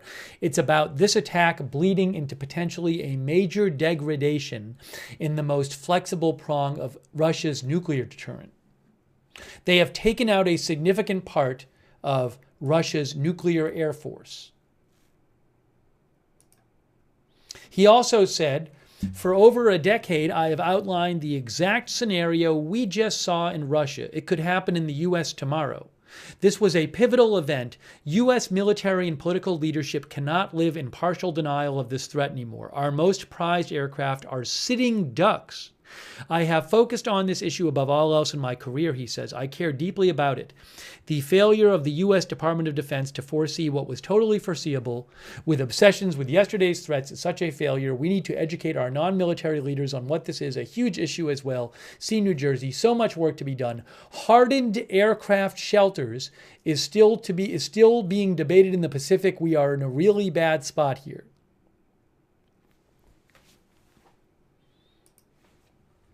The Warzone, in their article on this today, that's the publication that he founded, said that it's a glaring case of how any kind of the lack of any kind of hardened shelters leaves aircraft totally exposed to attack.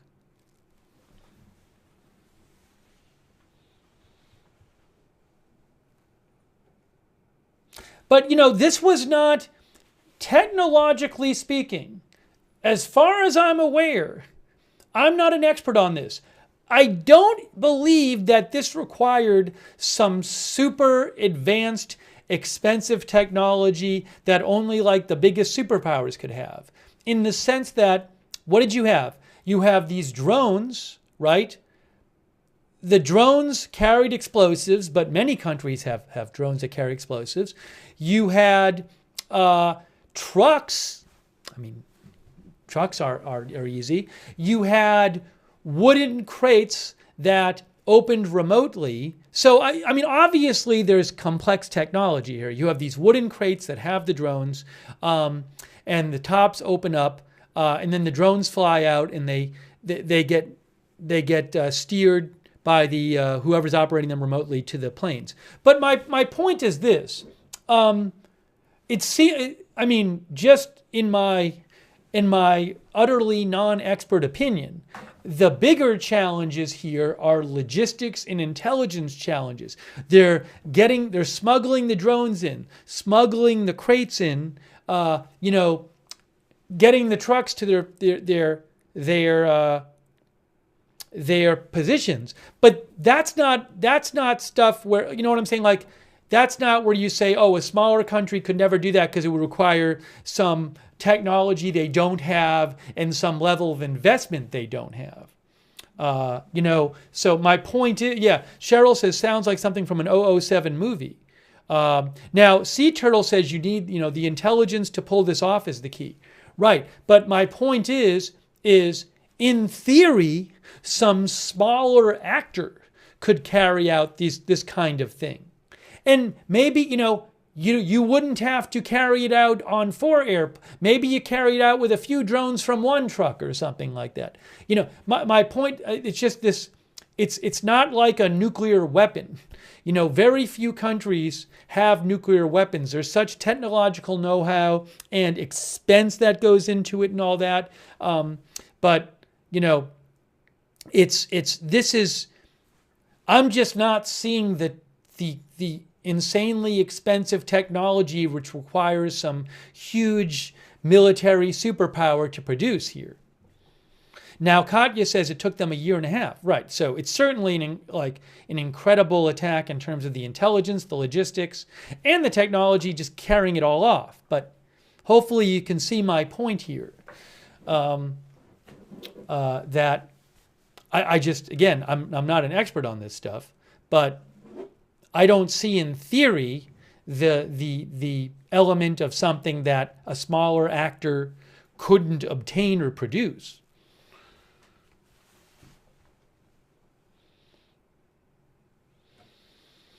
Thomas Darwin says planning is key to everything. The one mark says general cost was nothing, especially compared to the damage cost. Civlap says it talks about the patience here. What do you guys, Ron Kubi says, I am flabbergasted. How do you guys think that, there's a photo from Ukraine, from Russia, of from the Irkutsk region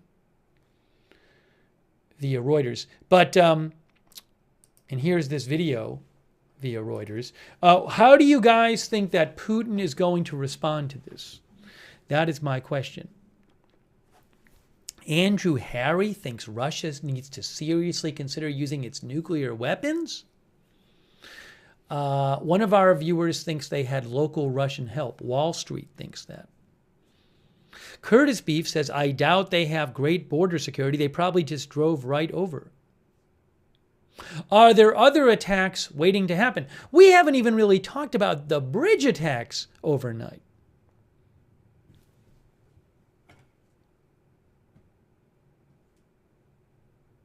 Gerald Short says Russia will hit. Our viewer Gerald Short says, what did you say, Gerald? I just flew by and I was going to read it and now I can't find it. Oh, Gerald thinks Russia will hit power grids and drone facilities and call it even they are weak. That's what Gerald Short says.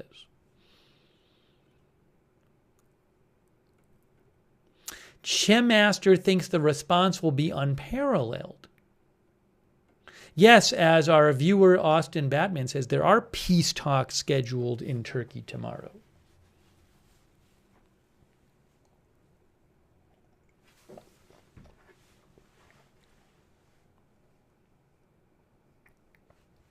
Nigel Fortune thinks a massive attack on Kyiv.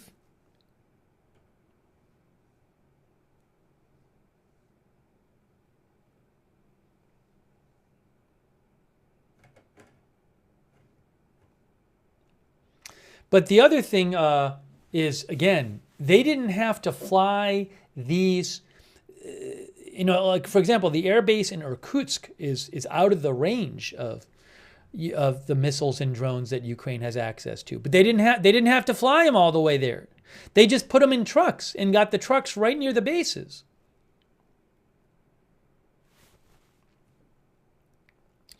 BB thinks a strike on strategic targets equals strategic response. They have no choice. It really is. This has significantly damaged Russia's nuclear air force. Think about that. Yes, there were. They said that they attacked the. According to Ukraine, Ukraine says that it destroyed. That it hit 34% of the strategic cruise missile carriers at the main airfields of the Russian Federation. I can only show the video that I have access to. I purchased the rights to this from Reuters. So there's other videos. I haven't seen. This is the best video I've seen of damage at an airfield. I mean, there are other videos of the trucks. I have posted some links to those on my X account, but I can't just show everything because I can only show you what I have access to. But I honestly haven't seen other graphic video like this of the damage actually at the airfields.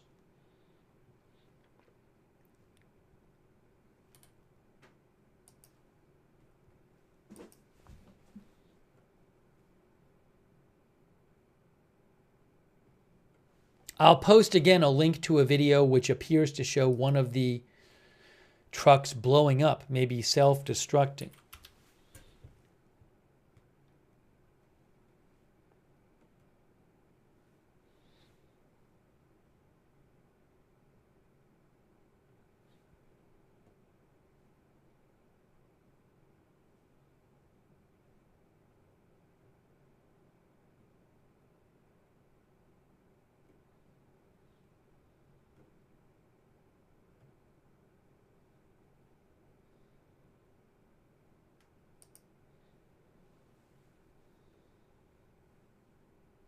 Oh, I just saw something.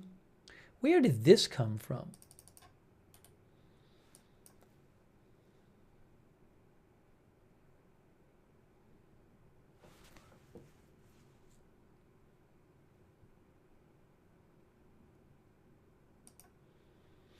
Special Kherson Cat, who I consider a reliable source, who I've been following on X for updates about Ukraine.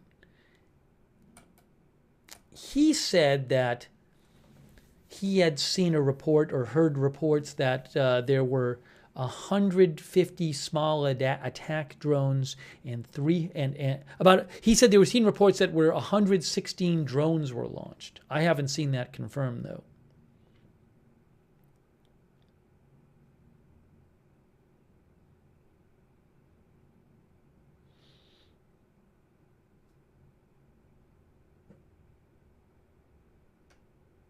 Did the Ukraine, oh, maybe the Ukrainian security service posted this. Let me see. Let me check this out.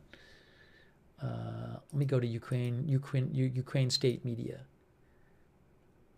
They haven't updated.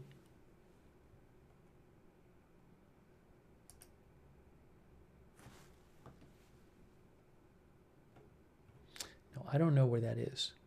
It's interesting. Special Kherson Cat, who I follow on X, said he had seen some report or heard some report that that the Russian military was expecting nighttime attacks by larger drones, not daytime attacks by smaller drones. Yeah, so maybe they attacked during the day. Someone was asking why did they attack during the day? Maybe it was element of surprise kind of thing too. I'm not sure.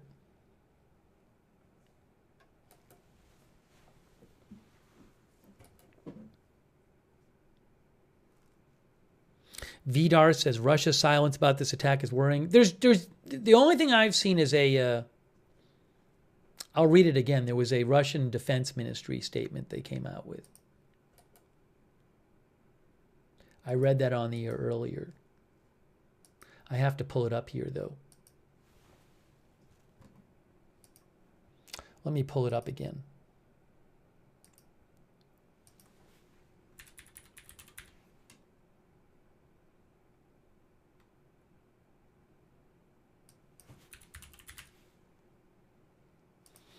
Yeah, the Ministry of Defense said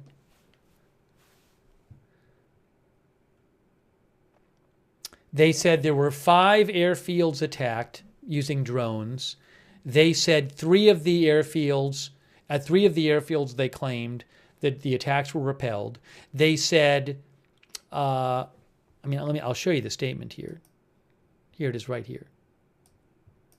Again, I can't, this is coming from Russia, so make of it what you will, but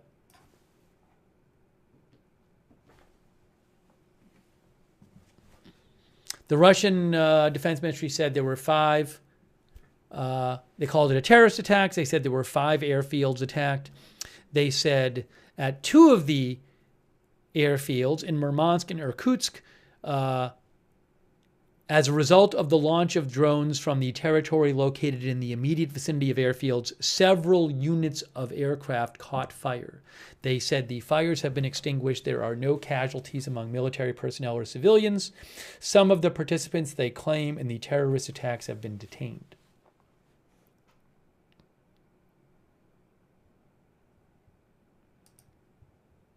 By the way, quick thanks so much to Actually Dan. Actually, Dan thinks that the timing on this, right before peace talks and the intensity of the attack, speaks to wanting to force the issue. He says, We talked some big talk coming into this administration, and progress has not been big. This is. Thank you to Spirit of Mourning for your support. Thank you also, PH Survivor 92. That's very kind of you, PH Survivor 92. Thank you, PK, who thinks the strike signals impatience with U.S. restraint. It says to me, if you won't escalate or pressure Russia, U.S., we will on our terms, in my view. Thank you, PK. Thank you, Joner Games and Alex Glanz. And Rita, who says, reminds me of what Israel did with the pagers. Thank you, Alex Price. Martin Gingrich says, very little money destroyed a lot of money.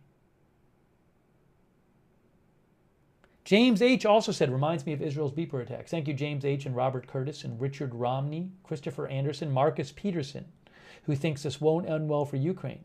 Thank you, Shadows 6530, Dodger Blue. Tim Jones says, our viewer, I'm sure something is coming this weekend from Russia.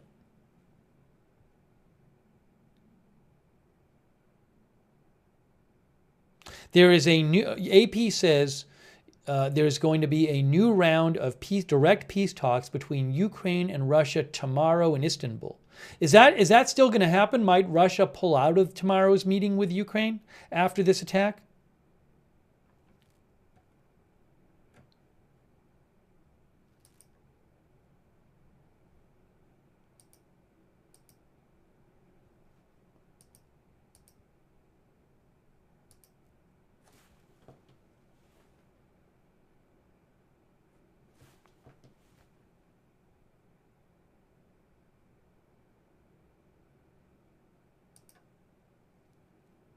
I'm just checking for some updates here. Hang on a moment.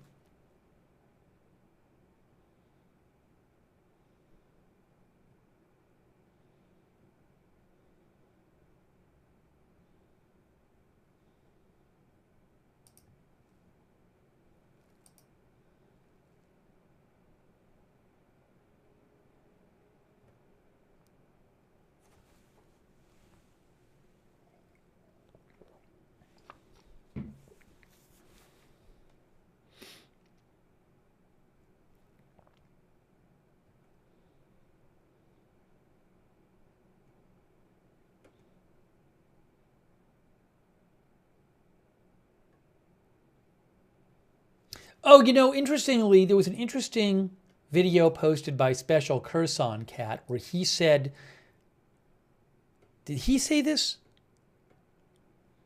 I think he posted this. There's a video floating around that apparently shows one of the trucks where one of the trucks which actually wasn't successful in its mission.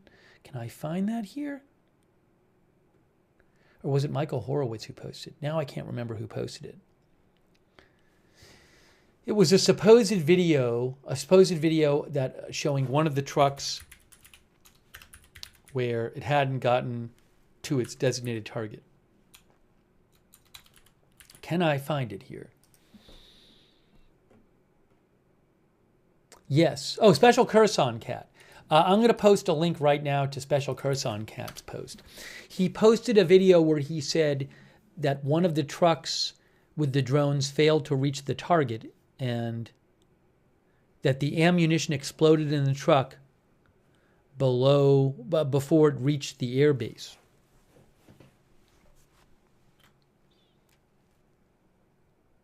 Oh, we got to talk about we never even talked about the bridge thing. That's a whole other thing that happened.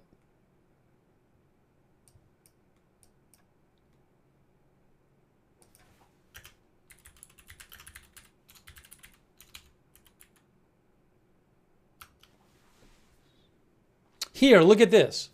So this happened yesterday. Look at this.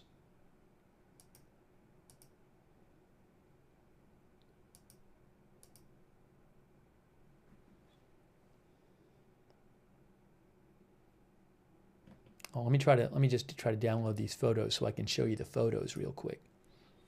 Give me one moment here. I am downloading the photos. I'm trying to.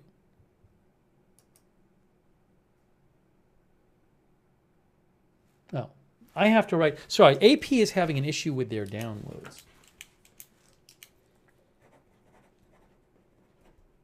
I will have to write to them later. But look at this. This happened overnight. Explosions caused 2 bridges in western Russia to collapse, officials say. 7 people were killed.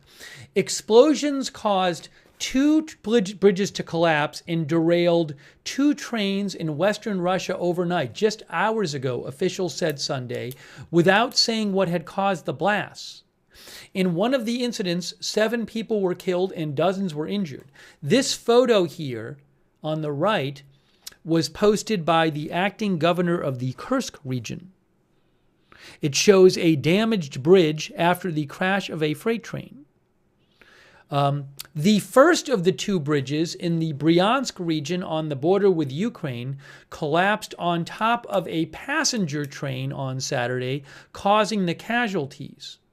The train's driver was among those killed, state-run Russian railways said. Hours later, officials said a second train derailed when the bridge beneath it collapsed in the nearby Kursk region, which also borders Ukraine. In that collapse, a freight train was thrown off its rails onto the road below as the explosion collapsed the bridge, said the local governor. The crash sparked a fire, but there were no casualties, he said. This was just hours ago. Russia's investigative committee, the country's top criminal investigation agency, said in a statement that explosions had caused the 2 bridges to collapse. That's what Russia's claiming. But it did not give further details. Several hours later, it edited the statement to remove the words explosions, but did not provide an explanation.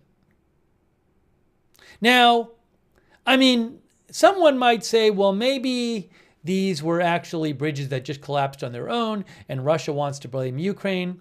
I understand that point of view. I will say, though, when you have 2 bridges collapsing within hours of each other, I mean, that to me makes it more unlikely it's an accident.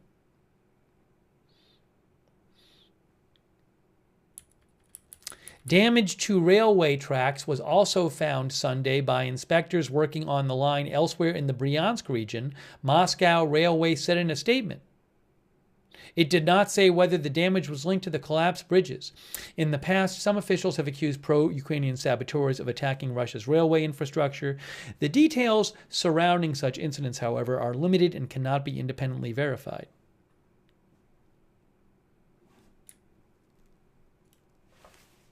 Here is a photo right here, which is in the Bryansk region. Damaged bridge in the Bryansk region. And there's also that photo right there is a damaged bridge in Russia's Bryansk region. And you can see part of a train here.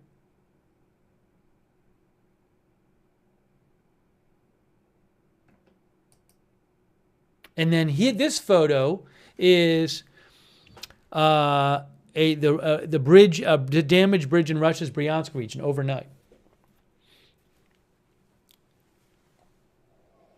Darren Lee said Ukraine claimed responsibility for the bridges. Is that true? Maybe they did. I have to look it up.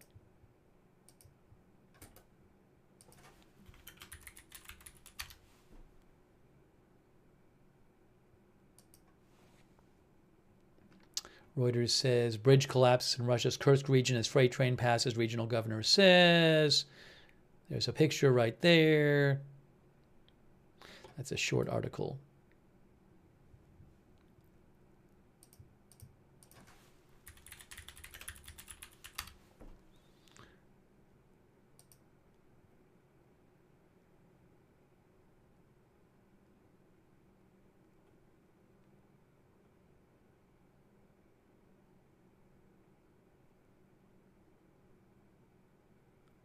So I have an article from the Washington Post this morning that says, just about 5 hours ago, the Washington Post said Ukraine's foreign and defense ministries did not respond to requests for comment on the bridges early Sunday.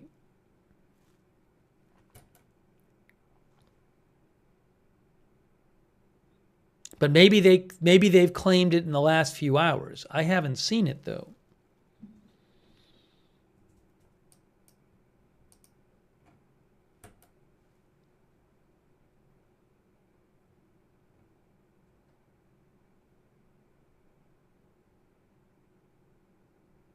I'm also looking at Ukrinform, which is Ukraine state media, and they don't seem to show a Ukrainian claim about the bridges. Yeah, I'm looking at it from a few hours ago. I'm looking at a Ukrainian state media article about the bridge incidents in Russia.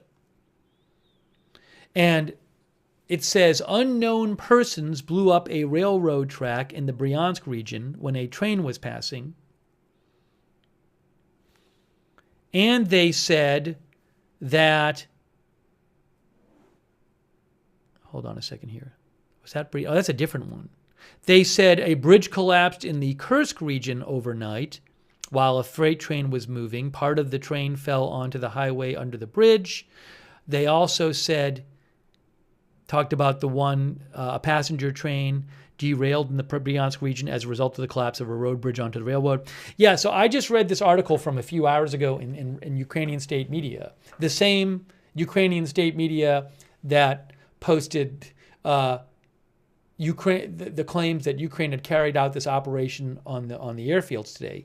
And there's nothing in that article about Ukraine taking responsibility for the bridge collapses overnight.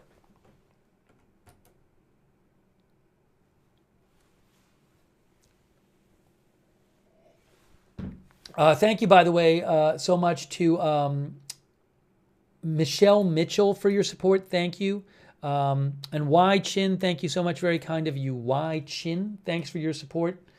And Prospering Woman, who says, it's well-known U.S., German, and French military intel working in Ukraine all provide their intel. Putin made it clear long-range missiles from Ukraine, from U.S. and Germany into interior will be repaid in kind. Well, again, these were not long-range missiles, and that did this. These were drones. The air bases were attacked by drones that were driven close to the air bases and then released by trucks. Was there some sort of secret NATO, U.S., France, or other NATO country involvement in this operation? I have no idea. Thank you so much, Prospering Woman. Thank you, Andrew Gagner, who is wondering if the push into Kursk helped facilitate getting Ukrainian operatives and equipment into Russia. Thank you, Andrew. Thank you also, Pete, for your support. Thank you, Nick Rose, PH Survivor 92, Rick D, Janet B.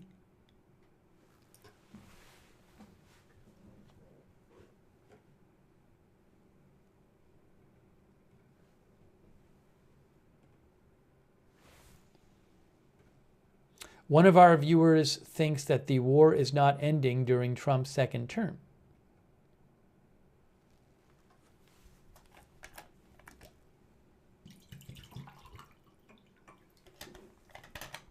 Oh, Ukraine time, by the way, right now is 9:14 p.m. Ukraine time. 9:14 Moscow time. Pete says, will they attack Moscow?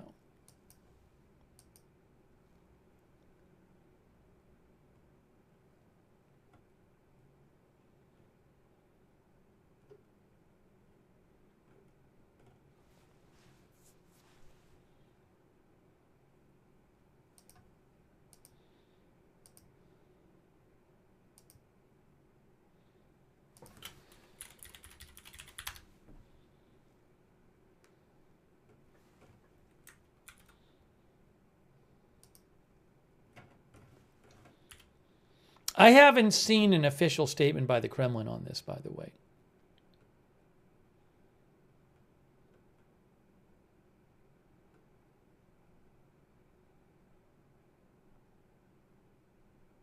Also, I don't think President Trump has posted about this. I'm checking his Truth Social right now.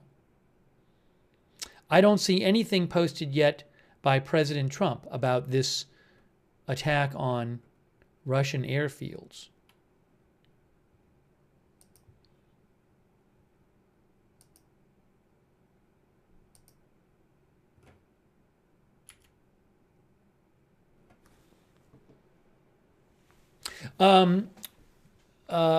Truka Ukraine says there's an air alert, in an air alert in a number of regions, in Kyiv, a number of regions. Yeah, some of our viewers mentioned this. So if there's if in the coming hours you see some missiles and drones fired from Russia at Ukraine, that doesn't mean it's the big Russian response to this. Russia has been regularly carrying out very large drone attacks on Ukraine in recent weeks. They regularly do drone and missile attacks. So, honestly, it would be if Russia is going to carry out some major response to Ukraine for this attack on the Russian aircraft at Russian air bases, that might take a little while to plan. So I wouldn't assume if in the coming hours there is some sort of drone and missile attack by Russia on Ukraine that's the big response. I mean, that would be very fast right after.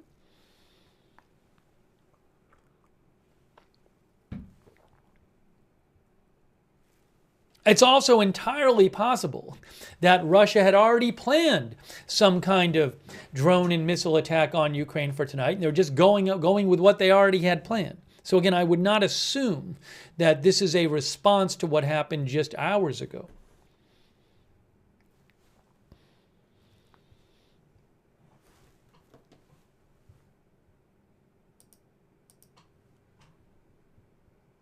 But yes, a number of Ukrainian sources are saying that there is, so for example, Censor, which is a Ukrainian news outlet, says that there in Kyiv and a number of regions there is a threat alert of strikes from Russia.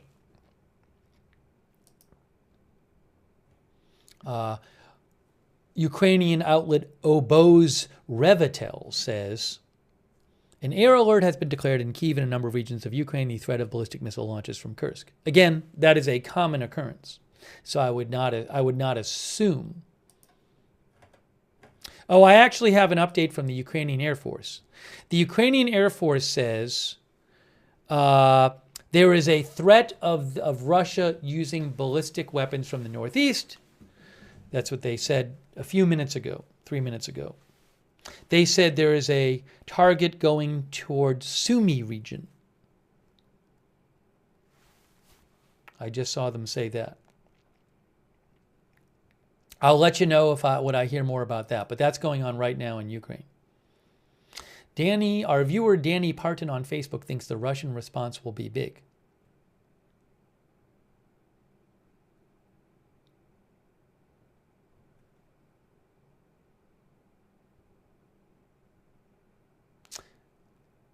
Jay Beecher, who I follow, who's in Ukraine, says there are sirens sounding in Kyiv right now. Again, I just want to keep repeating this. This has been a common occurrence there recently, so I would not assume this is some big response to what happened a few hours ago.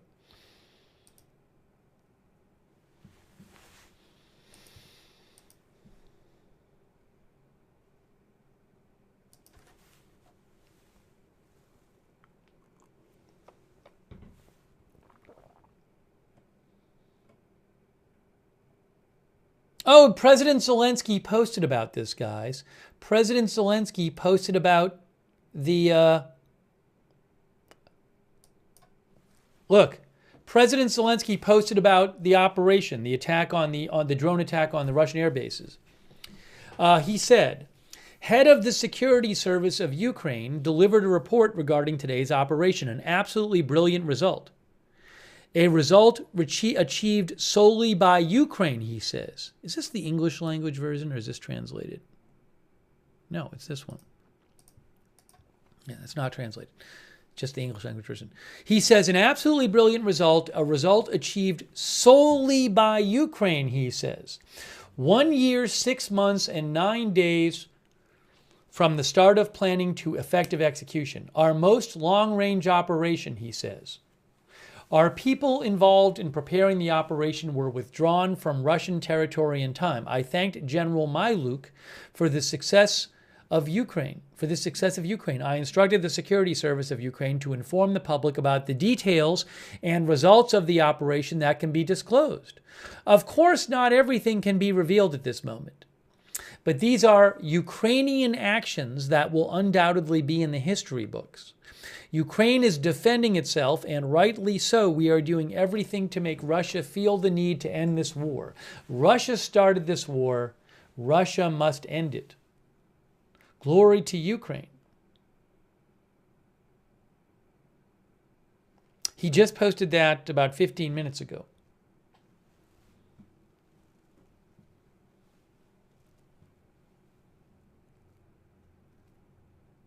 Karl Heinrich thinks it involved U.S. intelligence. Well, Zelenskyy claims it was achieved solely by Ukraine. I cannot confirm either way.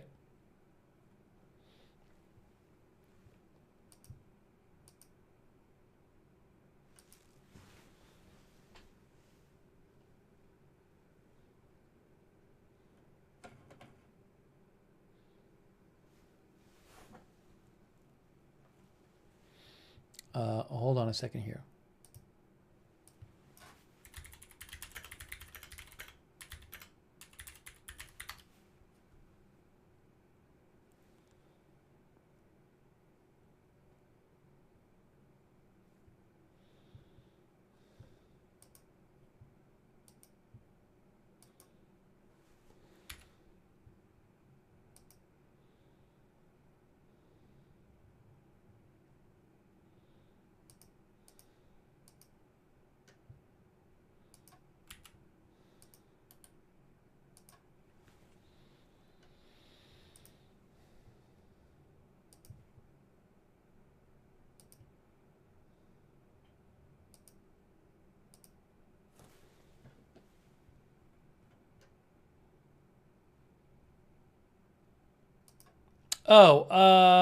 Hold on a moment here. Sorry. Again, there are alerts in some parts of Ukraine right now that Russia could be launching drones or missiles at Ukraine, which has been a common occurrence lately. So I'll let you know if I hear more about that.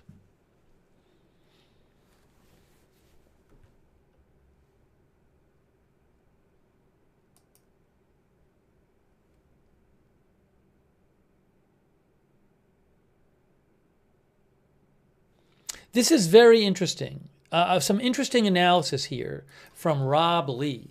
Rob Lee is an expert on Ukrainian and Russian militaries. So Rob just posted something where someone else had posted that this might cause a change in Russian policy, this attack on the Russian air bases today. Ian Bremmer had said that he thought Putin hasn't felt before now there are serious costs to considering the war, and that Ukraine changed the equation. Rob Lee says he disagrees with this. He says that Ukraine has destroyed these kind of planes at Russian air bases before. He says large-scale drone strikes deep into Russian territory are now common. He talks about how Ukraine has damaged or destroyed Russian oil facilities. The Kerch Bridge they did damage to. They've killed generals and other officials in Russia. They struck the Kremlin with a drone. What was that, a year ago or 2 years ago or something? They launched an attack into Kursk. Rob Lee says the war has been very costly for Russia, but the war continues. He says, I'm skeptical that this attack today will significantly alter Moscow's perception of whether to continue the war. He says because bringing the war to Russia has not led to significant political pressure on Putin, and Ukraine is clearly very important to Putin. He did say the strike is important because it will degrade Russia's ability to launch cruise missiles at Ukraine, and it will force Russia to shift resources to protect facilities far from Ukraine. Also, he says the air component is the weakest part of Russia's nuclear triad. So I'm going to post a link to his Rob Lee's analysis. So Rob certainly thinks it's a significant hit on the Russian air forces, but he does not think it's going to change the overall intention of Russia to keep prosecuting this war.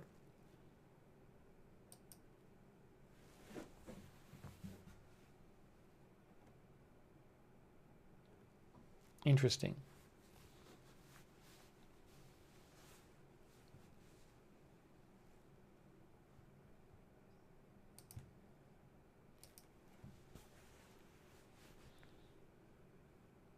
G.J. Adams agrees with Rob.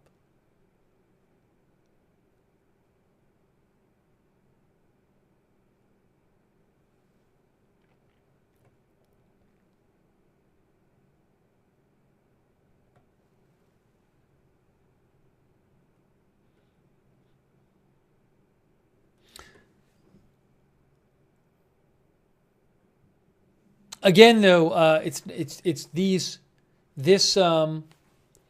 this attack on Russian air bases by drones, and also hours before that, 2 Russian bridges in regions next to Ukraine collapsed. Russia claims there were explosions at the bridges. So, is this part of some sort of new concerted campaign by Ukraine to attack targets in Russia? I don't know.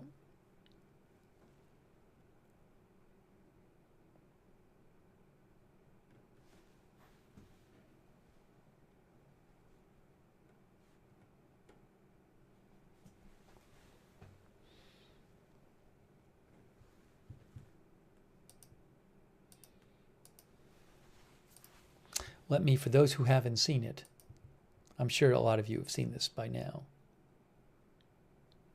But for those who haven't seen it,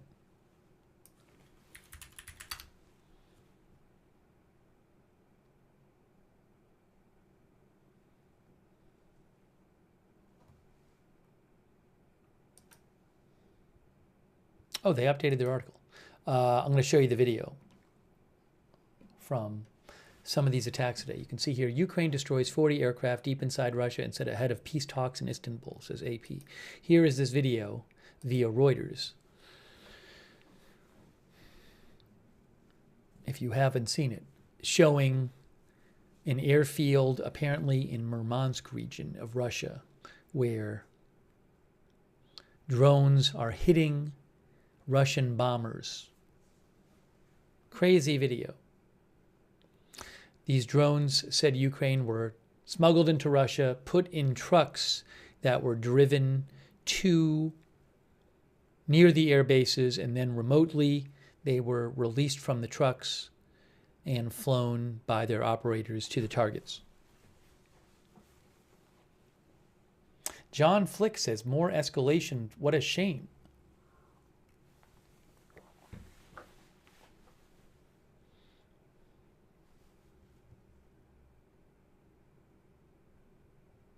Yeah, I've posted on my X account a video showing a drone flying out of a truck. I just don't have the rights to show that to you here. So you can go to my X account at Lookner and check that out if you want.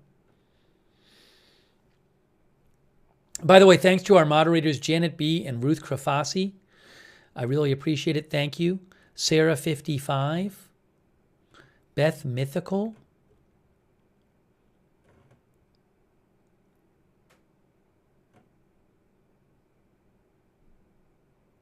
our viewer, by the way, Fluffle Upagus says, amazing effort by Ukraine. Thanks also to our moderators, Kay Lowry Body, Margaret Riley. Thank you.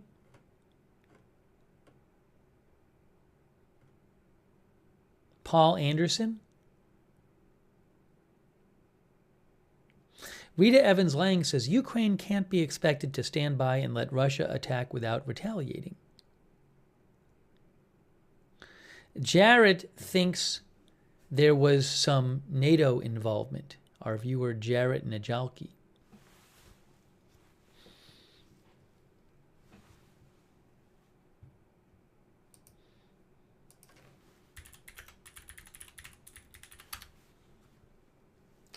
Jared thinks that there was some NATO intelligence, surveillance, or reconnaissance. Thanks, by the way, for the Facebook stars. Athena Gunlock. Thank you, Athena, for the Facebook stars. Thanks also to everybody who subscribes on Facebook, by the way, real quick. Oh, thanks, Kristen McConnell Gates, for the Facebook stars, too. Thanks, everybody who subscribes over there on Facebook, like Kristen Gates, Rita Evans-Lang, Margaret Riley, Kay Lowry Body, Sharon Klassen Goslin, Athena Gunlock. All of our Facebook subscribers. Thank you. Thank you, Joe Carey, for the Facebook stars, too. And shout out to our Twitch mods. I want to thank them. Bastion Girl, Good Luck Duck, Idaho Star, Matthew Kohai 3, Mick Bridges, Sarah, and Surly Dev. Our ex-mods who are there right now. Linda Belk. Larry and Misha moderate for us there. Also, shout out to our Twitch subscribers, like Ash P10 and Tom Coolcam and A Cup of Tea Please, Unleashed Flute, Farquad 67, Shaggy, Wall Street, Matthew Kohai 3. I'm going to take this down. Hold on. Thank you. Also, Bogan 4, Foamy Boater, Bad Toastery. Thanks for subscribing over there on Twitch.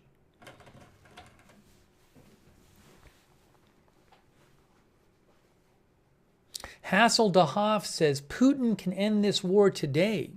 Hey, thanks so much. That's very kind of you, Bird Fam Bam. Sorry, my condolences to your family, and thank you, Bird Fam Bam. Much appreciated. Also, Alex Parker, thank you. Alex thinks a big response is not possible because Russia uses its arsenal daily except nukes. He says they always scare with their Oreshnik missile, but without a nuclear payload, it won't change the battlefield. That's what Alex thinks. Thanks, Laura G, for the memberships.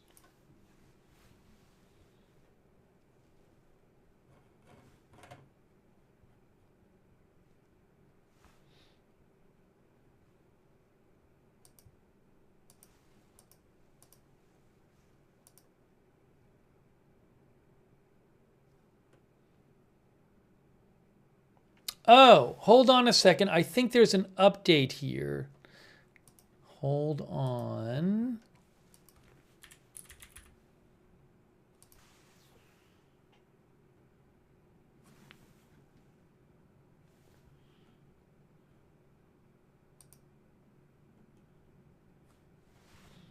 Where is this? Where is this?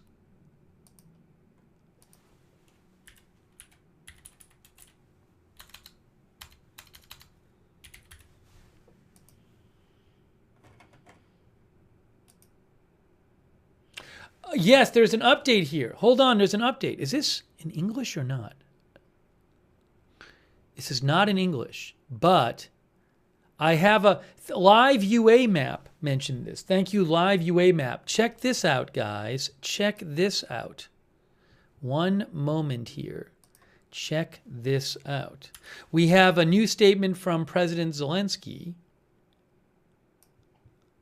of Ukraine.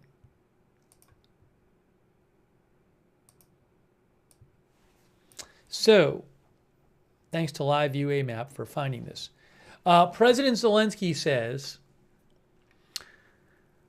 the operation was prepared for more than a year and a half. The planning, organization, all the details were perfectly prepared. We can say with confidence this is an absolutely unique operation.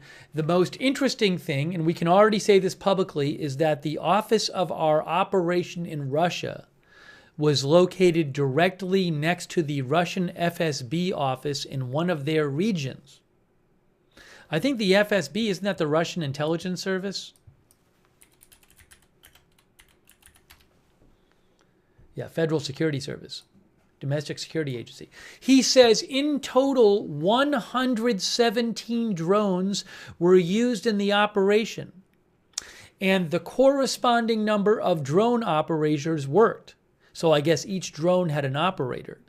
34% of strategic cruise missile bombers, carriers, at the airfields were hit. Our people operated in the territory of different Russian regions in 3 time zones, and our people were withdrawn from the territory of Russia on the eve of the operation. So would that involve the trucks to be parked just before? a little bit the evening before. Would they have done that with the trucks? Just left them there on the side of the road for hours? I don't know. He says, or maybe they hired Russian people to drive the trucks. I don't know what happened. Anyways, he says our people were withdrawn from the territory of Russia on the eve of the operation. Now they are safe, those who helped us. Glory to Ukraine. Avatarks, our viewer, says they're strategic bombers. They're not easy to rebuild and very expensive. So again, 117 drones, he says.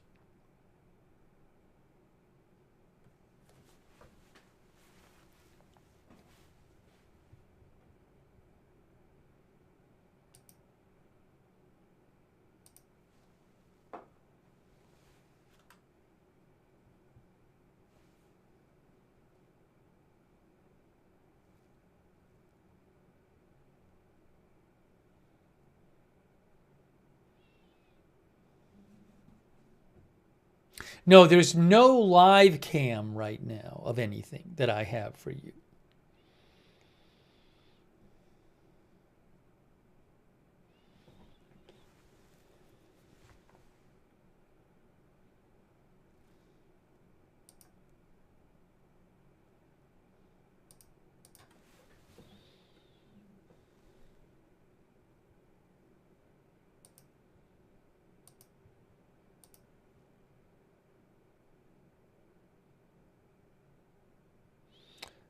Let's see here.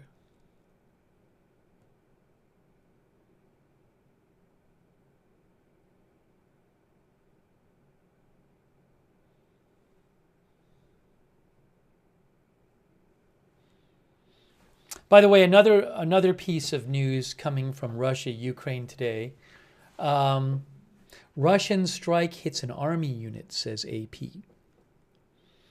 Russia on Sunday launched the biggest number of drones, 472, on Ukraine since the full-scale invasion in February of 2022, Ukraine's Air Force said. Russian forces also launched 7 missiles on Sunday. Earlier Sunday, Ukraine's army said at least 12 Ukrainian service members were killed and more than 60 were injured in a Russian missile strike on an army training unit.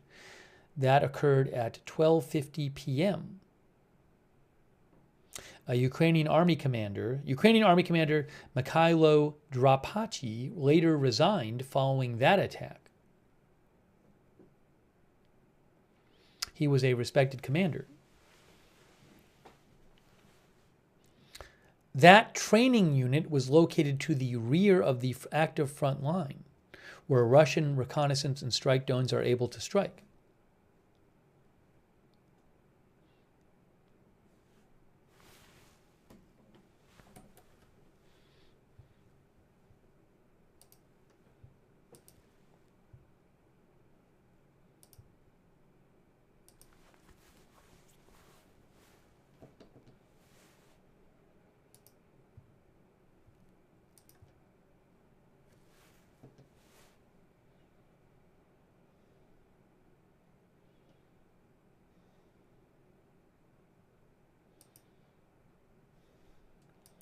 And as we've been saying, and some viewers have been saying, there are supposed to be new direct peace talks between Russia and Ukraine on Monday in Istanbul.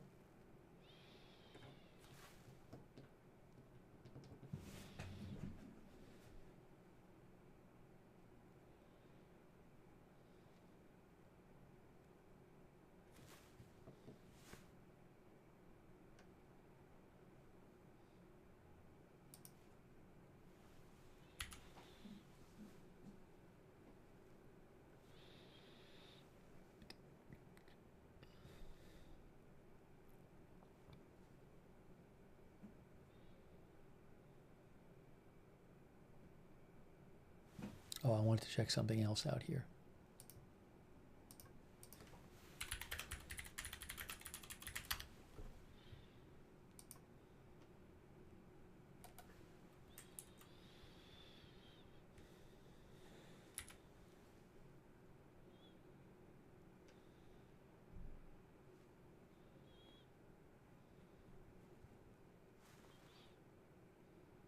Thanks, by the way, to Peter's Warahead Vids and Sevenfold 777 for being new members.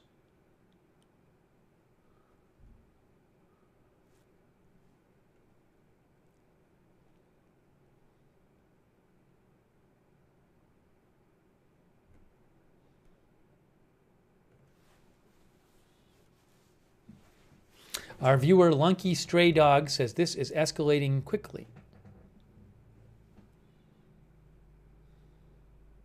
Schnitzel thinks it could be a reasonable action for Russia to use nuclear weapons in response.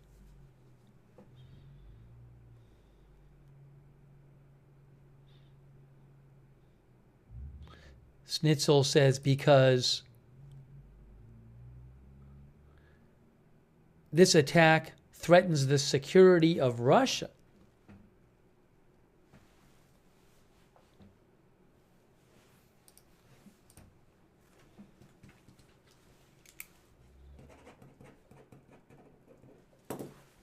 Hater Rock thinks that would not be reasonable.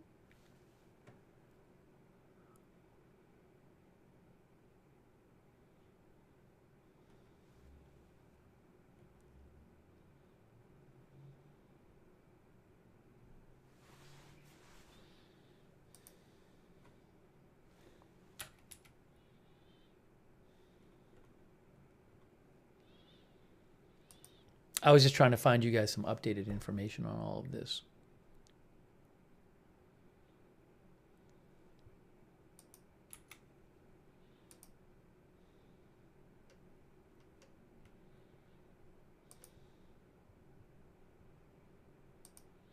Oh, let me just see. The Post updated their art. Hold on a second. I want to get you this updated article here.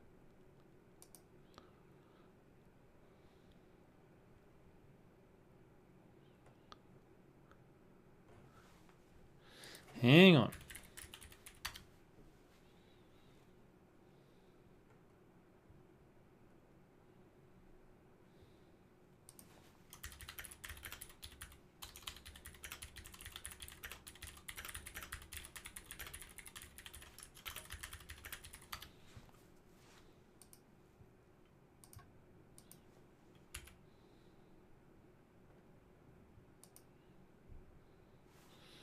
Okay. I'm going to mention some of this article while showing you some of that video again that we've been looking at, the Reuters video here. Here is a video via Reuters of one of the air bases attacked today with bombers on fire and getting hit. The Washington Post says on the eve of bilateral peace talks in Istanbul, Ukraine security services launched a massive drone attack against 5 air bases, according to Russia, 5 air bases. Ukraine said 4, inside Russia, reaching Siberia for the first time. And one of the most penetrating assaults of Russian territory by Ukrainian forces since the war began, says the Post. A Ukrainian official said this was a special operation that destroyed 41 Russian strategic aircraft. The official said first-person view drones armed with explosives were smuggled into Russia and concealed inside trucks. Then the containers inside the trucks with the drones were remotely opened, allowing the drones to fly up and attack their targets. The operation, codenamed Spiderweb, was prepared for over 18 months.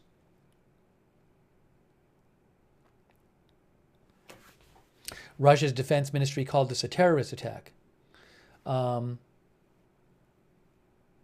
said the airfields had been attacked by drones in the Murmansk, Irkutsk, Ivanovo, Ryazan, and Amur regions.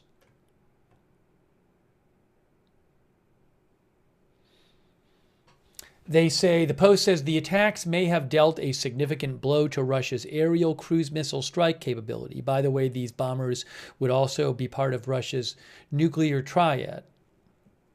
The Post says, the attacks may have dealt a significant blow to Russia's aerial cruise missile strike capability, revealing the vulnerability of major military assets thousands of miles from the front lines. They have also exposed weaknesses in Russia's powerful security apparatus to prevent sabotage operations deep within its territory. Russian Tu-95 and A-50 aircraft were among those that the official in Russia and Ukraine, the Ukrainian official, listed as destroyed. Tu-95 bombers have been used extensively since Russia's 2022 invasion. Each can carry 8 guided cruise missiles. The weapons have a range of thousands of miles, which allows the aircraft carrying them to stay well inside Russian airspace. The A-50 aircraft detects enemy aircraft and missiles and works in conjunction with Russian fighter jets, feeding intelligence on targets and directions.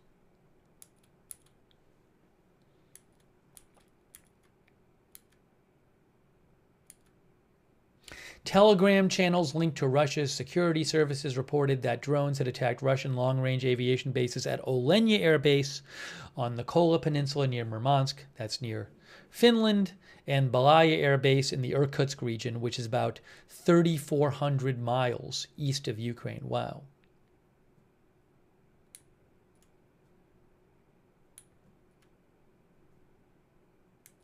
The attack followed the sudden collapse of 2 bridges in western Russia that derailed a freight train and a passenger train overnight, killing 7 and injuring at least 76 others. It is not immediately clear whether those bridge collapses were linked to each other. The drone attacks came a day before Ukrainian and Russian officials are due to meet in Istanbul for U.S.-backed direct peace talks.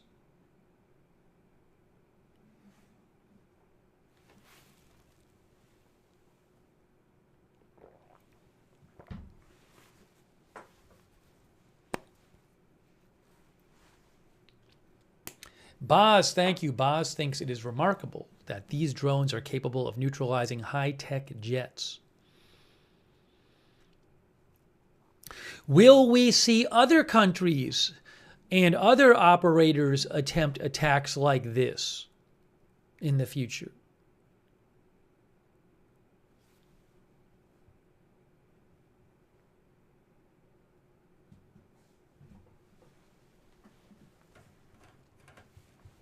Thanks, by the way, to Sherry and Jim. I appreciate that. Also, Not Potter, who says there are some explosions in Donetsk Oblast.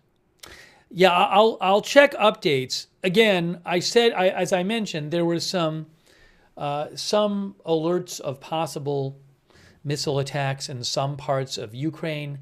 That is a common occurrence. I personally think it would be quite fast for Russia to be carrying out some big response on this just hours after it happened. So you might, if there's attacks going on in Ukraine, that might be attacks that were already planned or part of the quote-unquote normal course of fighting and not a big response, if there's going to be a big response to this. I would think it might take Russia time to debate what their response is going to be to this, to consider it. Thank you, Not Potter. I appreciate the update and for your support.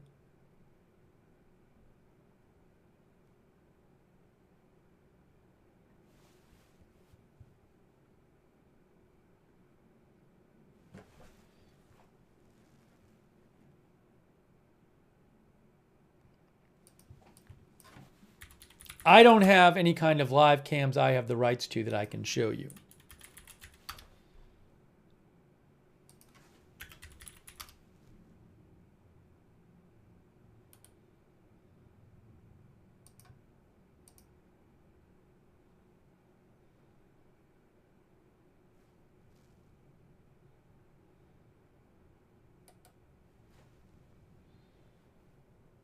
Chad Thomason says there will be a response.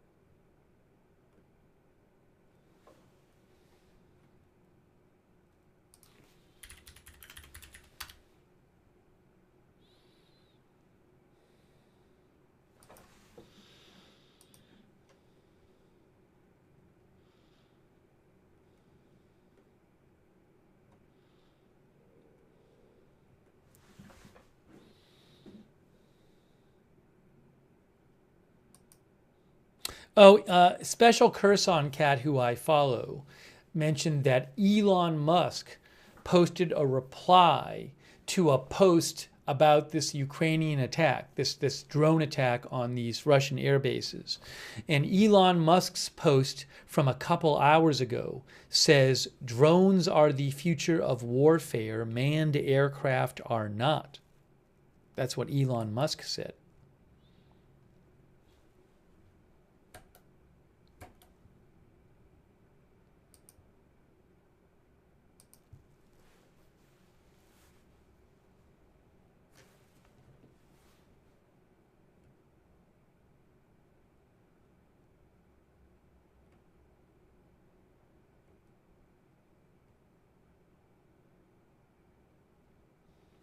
You know, we have that video from the video we've been looking at from, I believe this is in Murmansk region here. The video, the Reuters video. Now, this video, this first part is from Murmansk region. And then at the end, there's also video from, and there's other video, I believe, floating around from an air base in Siberia, in Irkutsk region. So I do wonder, because Ukraine said it launched attacks on 4 air bases, and Russia said there were attacks on 5 bases, and that Russia claims that on 3 of the bases, the attacks were repelled. So I have not yet seen evidence of successful attacks at other than these 2 bases yet. I do wonder, you know, were these attacks, what happened at, did the attacks not work at other bases? As I mentioned earlier, this person, Michael Horowitz, I follow, no, I think it was Special Curson Cat who posted this. But I posted a link to a video earlier, which is supposedly of a truck with drones in it that did not actually successfully reach its destination and launch the drones. So is it possible that at like 2 or 3 of the bases, the attack was not successful? Was it supposed to, in theory, could this have been, if every base had been a successful attack, would this be a lot more planes destroyed? Or will we see more video coming out of attacks on other bases later? I don't know. I just don't know.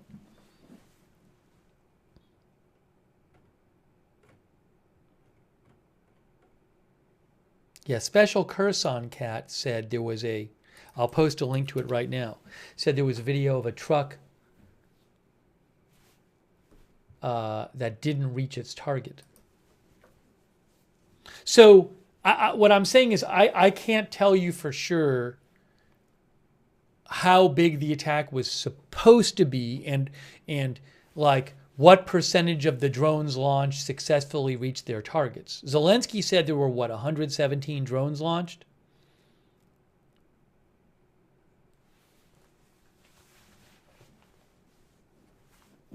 And Ukraine had claimed 41 planes were damaged. Did Putin make a comment about this? I hadn't seen it yet.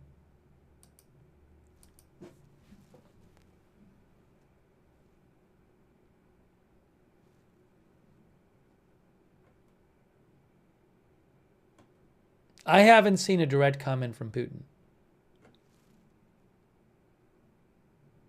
yet at all. I've not seen it reported. I haven't seen it anywhere.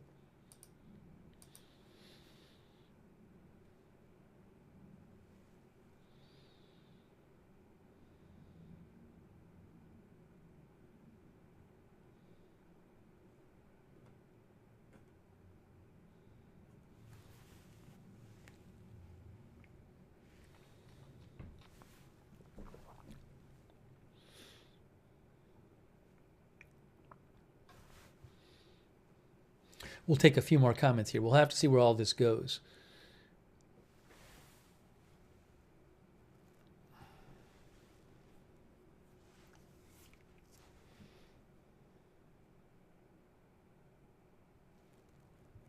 And to repeat, Ukraine claimed that they hit 34% of Russia's strategic bombers.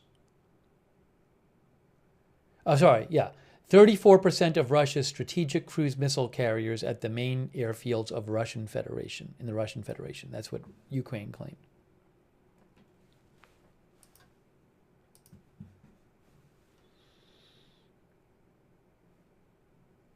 John Flick says, I don't think Putin's response will be verbal.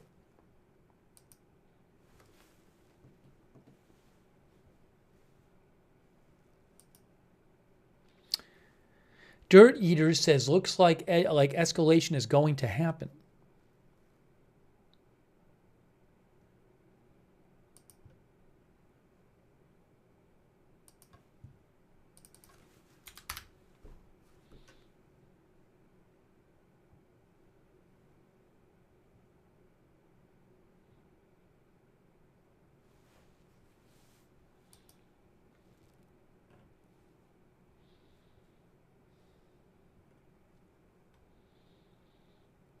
Reuters said that if confirmed, the strikes would be the most damaging Ukrainian drone attack of the war.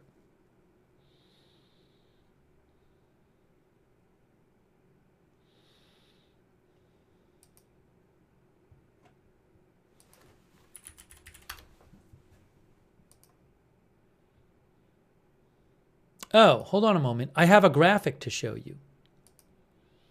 I have a graphic to show you. Oh, this is nice. This is a Washington Post graphic. Check this out. This is from this article by the Washington Post. Ukraine attacks Russian targets in far-reaching drone strikes. So let's check this out. Make this a little bigger for you. Ooh, look at this. Look at this. Look at this. Here's a nice, there's a good map. Hey, there's a good map right there. You can see Ukraine on the left, then there's Russia, and it says regions reportedly targeted by Ukrainian drones. The video with all the planes burning on the tarmac, I believe, is taken from Murmansk. And then right at the end, there's another video showing an airfield with columns of smoke, and that's in Irkutsk, thousands of miles away. But you can see this happened in a range of airfields were targeted. Not just one place. Very coordinated. Austin says Amur, the base in Amur is very close to China and Japan. But I believe Russia claimed that, if I remember right, that the only damage was at Murmansk and Irkutsk.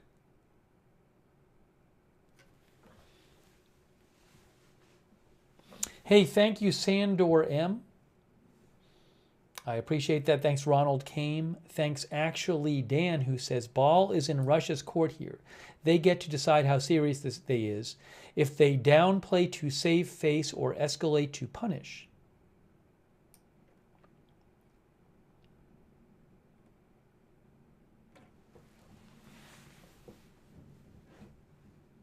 Oh, one of our viewers said the failed truck video, supposedly of a failed truck, was in Amur.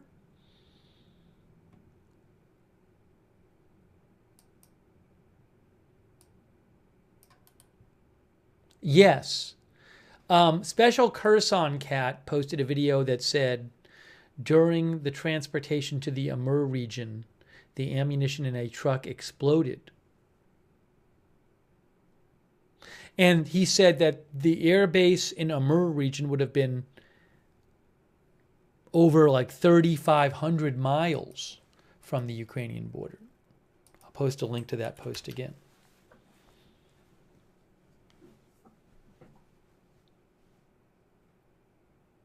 You know, something else I wonder is, again, Russia said Ukraine attacked 5 bases and damaged airplanes at 2.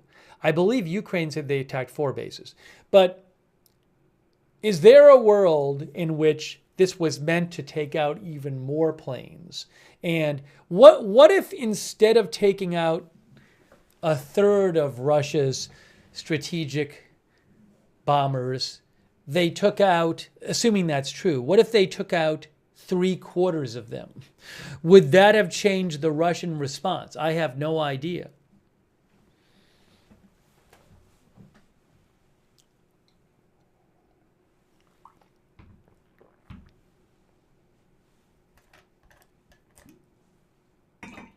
Also, Hugo, our viewer, says Ukraine has more surprises for Russia coming. What else could be in store? Stephanie Woznicki says that is pretty far away from Ukraine.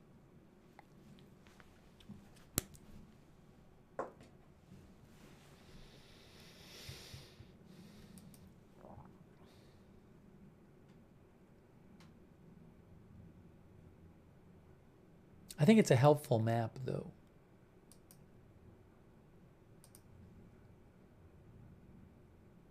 Los Gatos de Wilson says, how many more drones have they smuggled into Russia?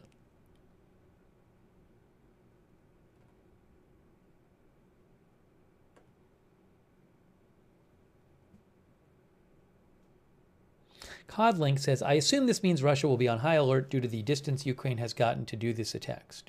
Again, these drones were driven in trucks, apparently, to near the air bases.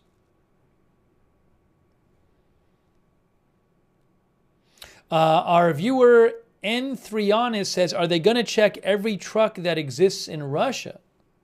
It's a good question. How are they going to work to present this?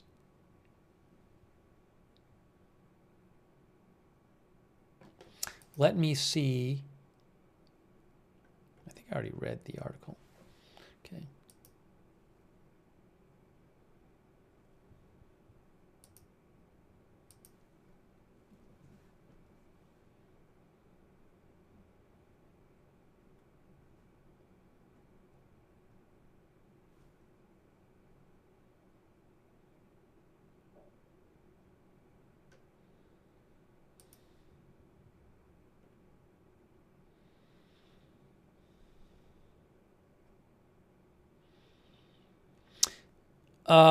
And just to be clear, that 40 plus bombers number I have had, I want to show you where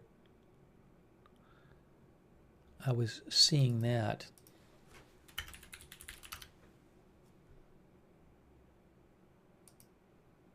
They changed it to 40. I should change it to planes. I had it bombers before. AP was reporting bombers before, and now they say planes. So Ukraine destroys 40 aircraft.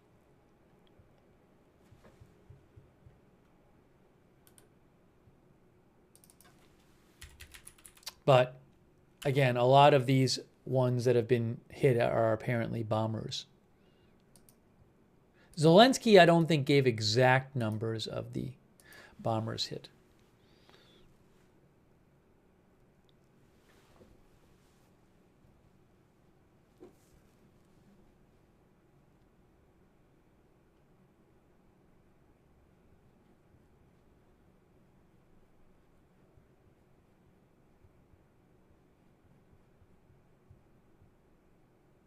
Yeah, you can see here, the drones hit 41 planes stationed at military airfields on Sunday afternoon, including A-50, Tu-95, and Tu-22M aircraft, a Ukrainian official said.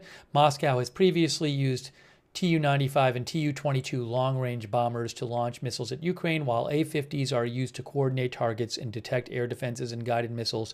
The Security Service of Ukraine said the operation had destroyed 34% of Russia's fleet of air missile carriers, that would be bombers, with damages estimated at $7 billion.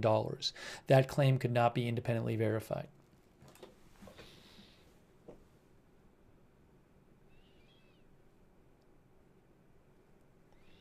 One of our viewers, Austin, said he heard that Turkish officials were saying talks would go on as planned. I haven't read that, but maybe that is the case.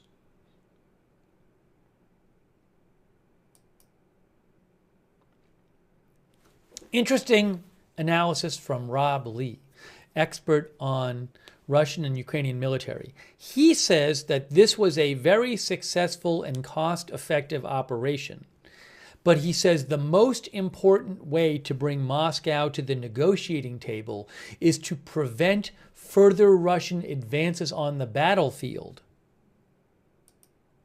He says Russia has demonstrated it is willing and able to sustain very high costs over the past 3.5 years, convincing Russia's leadership that it cannot improve its position on the battlefield remains critical. So one of our viewers was commenting in the chat that Russia continues reportedly to make advances on the battlefield. What Rob Lee is saying is like, okay, this was a damaging operation for the Russian Air Force, but Russia, he thinks, is not going to want to make peace as long as they still feel that they can regularly take more territory.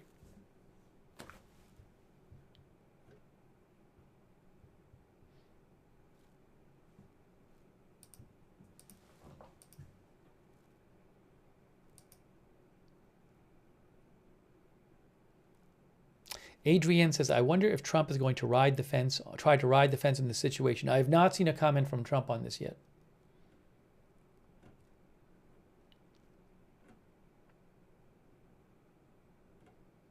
Oh, I wanted to mention AFP had a story on this too.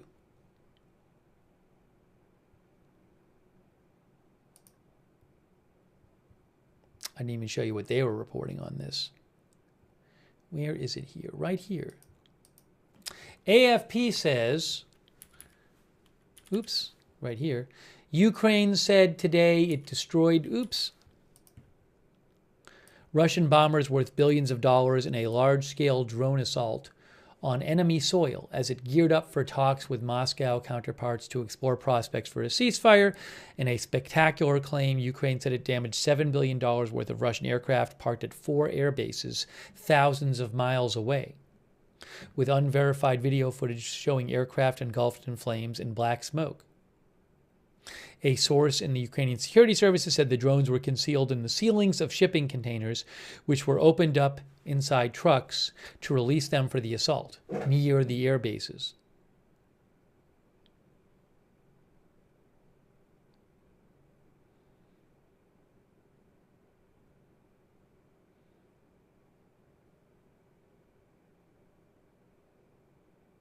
Rybar, an account on the Telegram messaging platform that is close to the Russian military, called today's attack a very heavy blow for Moscow and pointed to what it called serious errors by Russian intelligence.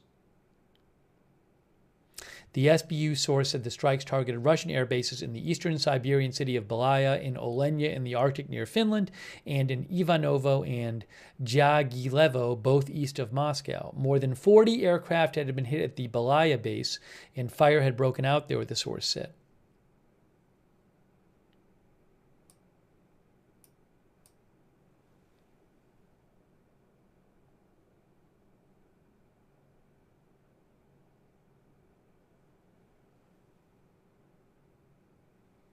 And as we talked about earlier, separately on Sunday, the Russian army said, where is it here?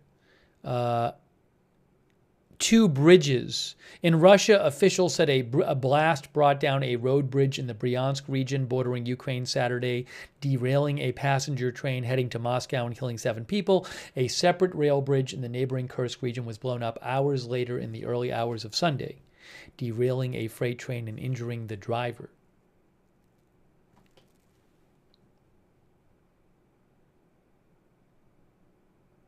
Thank you, Civlap, for your support. I appreciate it, Civlap. Thank you.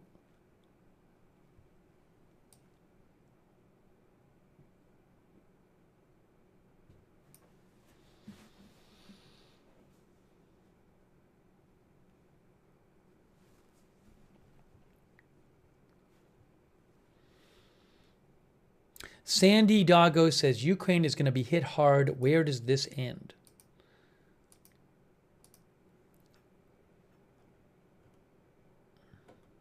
Yeah, so, I mean, as many of you have been talking about, a big question is, what happens, how does Russia respond to this?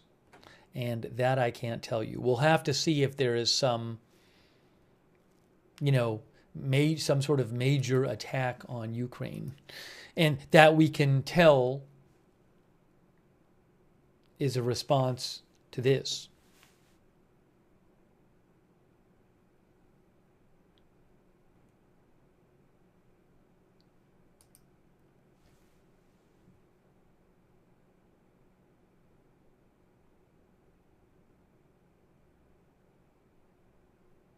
Interesting. Alexander Clarkson, who I follow, who is a lecturer at King's College London, says that the long-term effects on Russia's great power status depend on whether this is a one-off or the start of a rolling waves of attacks on Russian strategic targets. Right. So I've seen some discussion online today talking about, like, is this just a one-off strike, or is there more coming? You know, we have 2 bridges that collapsed in Russia. Russia says it was due to explosions overnight. We have this attack. Are we going to start seeing more of this kind of thing inside Russia? I have no idea at all. No idea.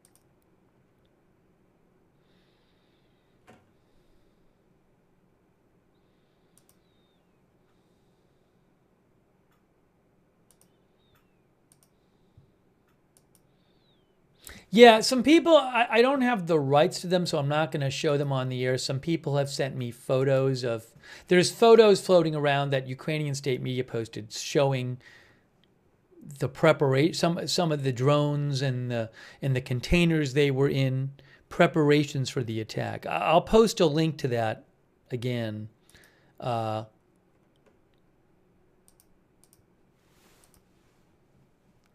I'm posting it right now. You can check that out if you want. All right, maybe we'll just take a few more comments here. I'm not seeing a lot of updates at the moment, so, but this certainly is a major attack.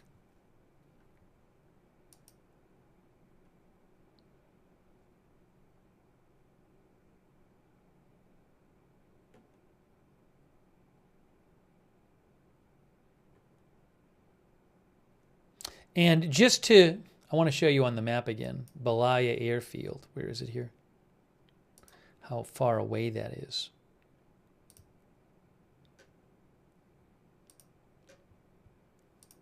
Uh-oh.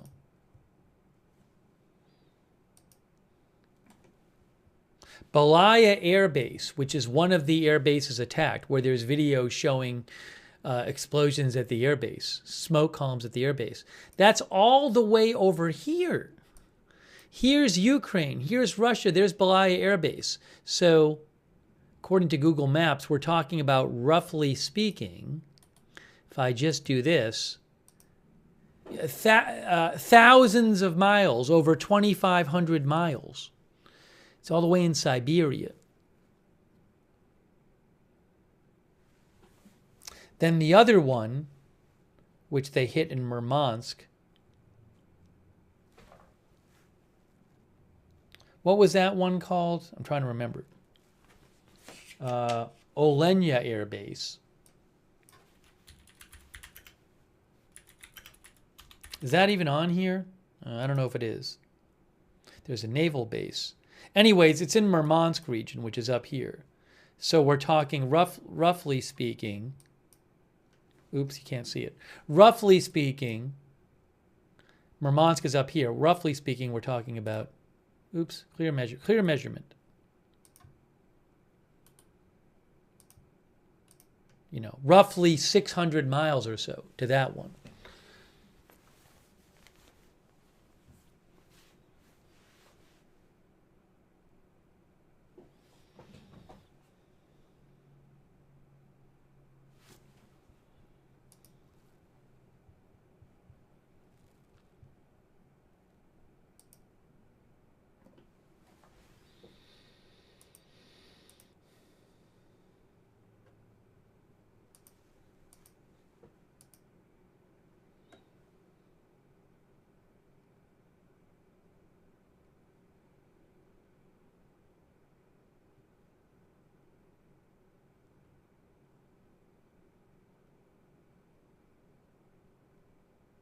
Oh, Special Kherson Cat mentioned that Russian state media is saying that the talks will be held despite recent events. Let me see if I can get that quote for you. Give me a moment here. I gotta pull that up.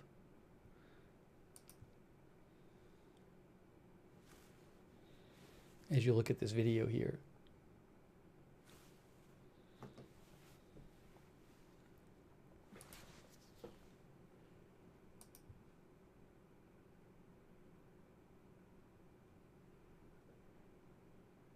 Yes, RIA Novosti, which I believe is Russian state media, RIA Novosti, posted a few minutes ago saying that a Russian negotiating team member said that negotiations will still take place after the airbase attacks by Ukraine.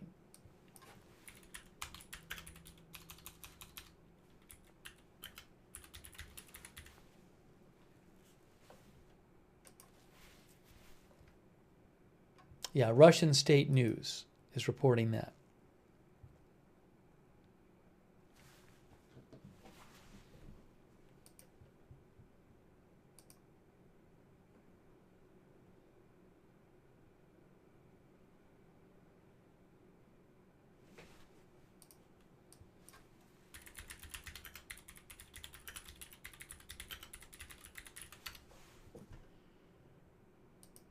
Oh, and then what is this here?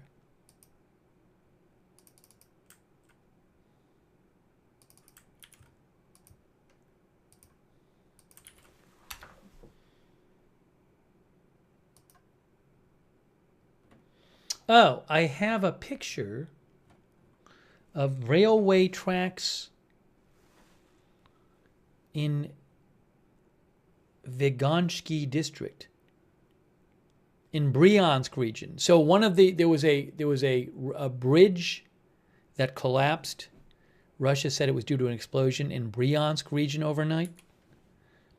And then the governor of Bryansk region posted this and said the railway tracks have been cleared.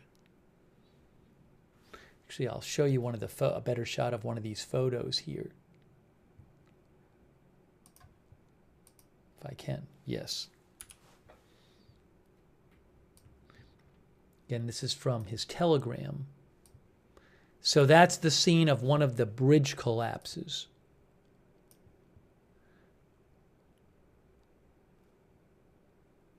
You can see it looks like the road has collapsed in here. It's like looking down and looking, and it goes back up there.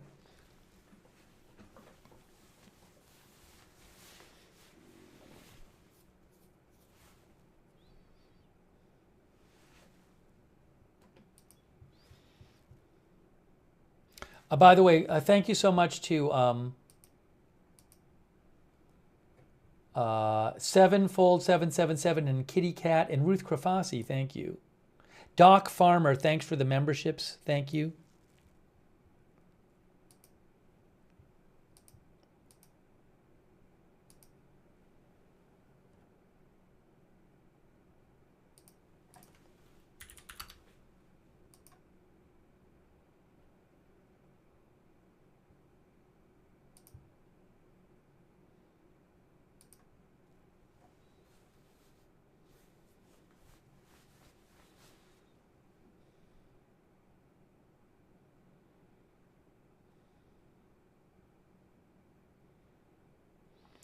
This is an interesting comment here also. Very interesting comment from Konstantin Toropin, who is with military.com, Pentagon reporter, Pentagon and Sea Service reporter, who I follow. Konstantin Toropin points out that on the one hand, this attack on these Russian air bases dealt a heavy blow to Russia. On the other hand, he says, the lead time was long and replicability seems low. So first of all, Ukraine said this took about 1.5 years of lead time. So if that's true, odds are they can't just say, wow, that worked. Let's just go. Let's do one again next month. Also, obviously, Russia will now be more on the lookout for this type of attack. So it's an interesting point. Thanks to Dwin Harbin, by the way. Thank you, Dwin.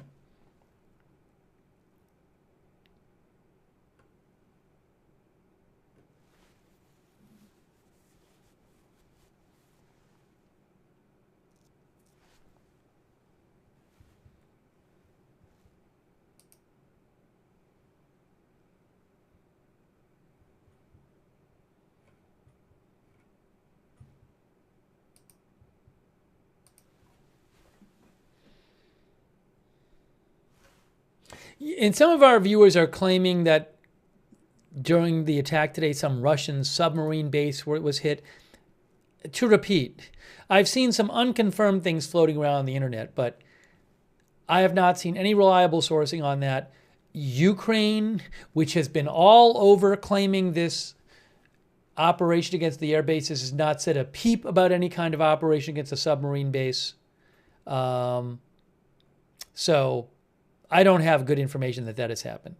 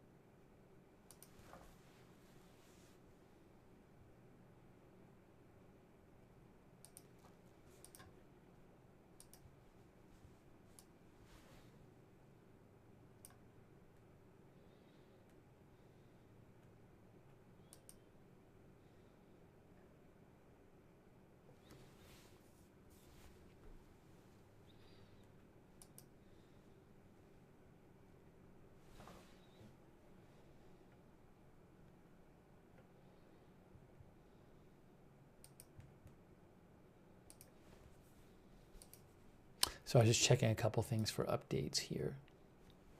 And also, this thing is messed up.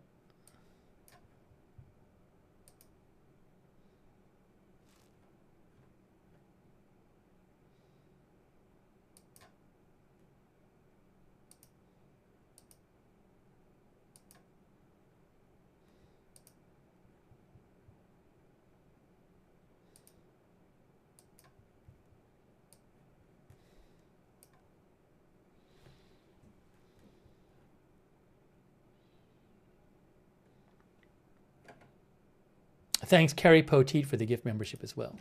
I mean, this certainly seems like one of the most significant events, not the only significant event, but one of the more significant events during this whole conflict.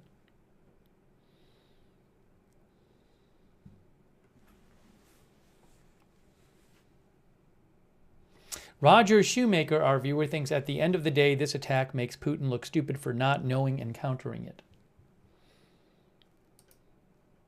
All right, here's what we're going to do. Here is what we're going to do. So I'm going to do another check for things just to make sure I don't have anything big and new. But yeah, right now I don't have any kind of big updates to give you. Mystical Wolf says, what is Russian air defense doing? Again, remember, Ukraine says that these drones were driven to right next to the air bases by trucks, and then they flew out of the trucks. So they were not flying hundreds or thousands of miles through the air. They were flying a very short distance through the air because they were in trucks.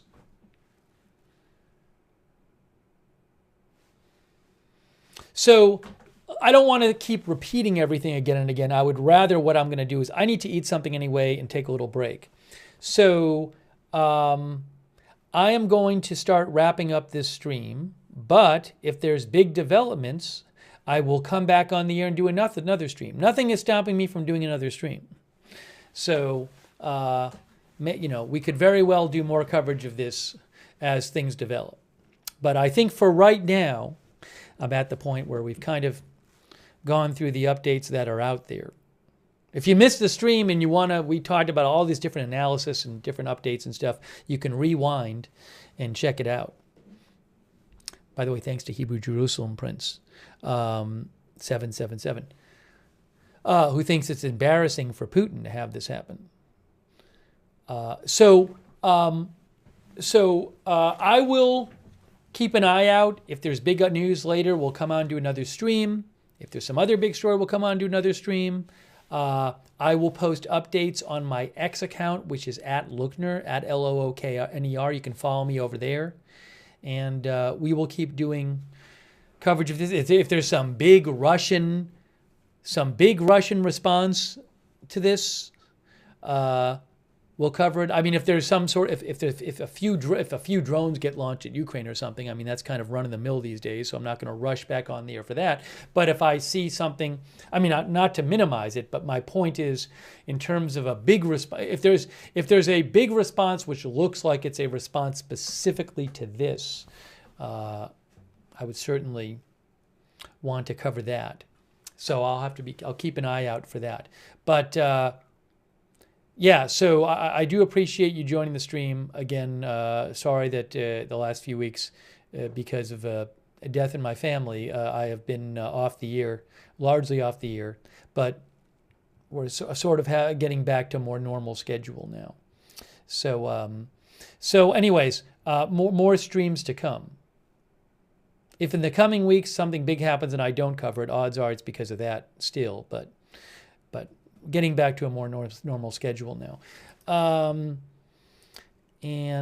I do appreciate everybody tuning in, and also a lot of people have been sending comments in and sending updates, and I appreciate that as well. So thank you for helping out with that. Yeah, if you missed it, I mean, someone just sent me the video that I posted on my timeline of a drone being launched from a truck, apparently, which I can't show on the air. I don't have the rights to. But go to my X account. I've posted a bunch of things there, including that, and you can go back and see some different videos from today at Lookner on X. You can subscribe, follow the channel, Agenda Free TV. We cover all kinds of live breaking news without an agenda. So we'll keep an eye on this situation and also other kind of big news that goes on. So subscribe, follow, and again, follow me if you want on X, which is at Lookner over on X, right there, for updates. When I'm not on the air, I'll be posting stuff there. What was I going to say? Make sure you turn on notifications for the channel. We can come on at any time, day or night, depending on when news happens. So we have our own notification set up. It works really well. We do it through Discord. It's free. Make sure you turn those on. The link to the notifications, the mods will post it in the chat. You can also find it in the description of this video on Facebook and YouTube. But make sure you have notifications turned on. And also, I want to shout out our moderators too. They are incredible. They're always here when we're on the air. They're the ones who allow us to even have chat rooms. So huge thanks to our moderators for being here. People like BZ, Ruth Krafasi, Janet B, Beth Mythical, and all of our YouTube moderators, Linda Belk, Larry, Misha over on X, on Facebook, Kay Larry, Body, Margaret Riley, Paul Anderson. Thank you for moderating, and all of our other Facebook moderators, our Twitch moderators as well. People like Idaho Star, Bastion Girl, Matthew Kohai, 3 McBritches, Sarah Surly Dev, and our other moderators on Twitch. And thanks, by the way, to Gripple and Ohanix. Thanks, Ohanix, for your support, and Gripple on Twitch. And thanks to all of our moderators. Yeah, thanks to Ted W. Thank you, Ted. I appreciate that. And Lunar Guardian. Thanks to everybody who donated. It's really, really kind of you. And thanks for the kind, supportive comments. I very much appreciate that. And thanks for your support for the channel. That is what allows this channel to exist. So I really appreciate that. If you ever want to donate to the channel, you can go to agendafree.tv, agendafree.tv. But huge thanks. Very nice of you. And I think I thanked everybody individually during the broadcast. So if I missed somebody, I apologize. But I think I thanked everybody individually during the broadcast. And what was I going to say? Let's see here.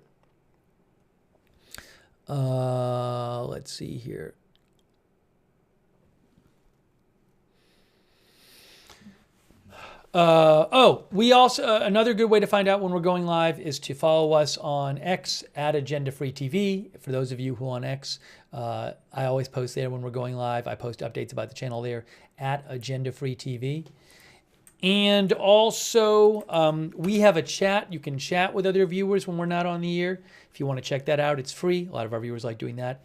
It's on Discord.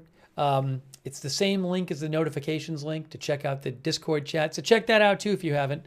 And thanks to our Discord moderators so much as well. And if you watch us on YouTube, I would suggest turning on the YouTube notifications, which can help you discover when we're live. Another good way. But if you're watching on YouTube, what I would suggest doing is turning on those notifications there. To do that, what you need to do is subscribe to the channel on YouTube, and then you got to click this bell and the notifications bell, and then you got to choose all notifications. So YouTube viewers, make sure you, if you subscribe, make sure you have the bell checked and you've chosen all notifications.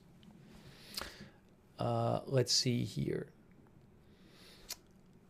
Thanks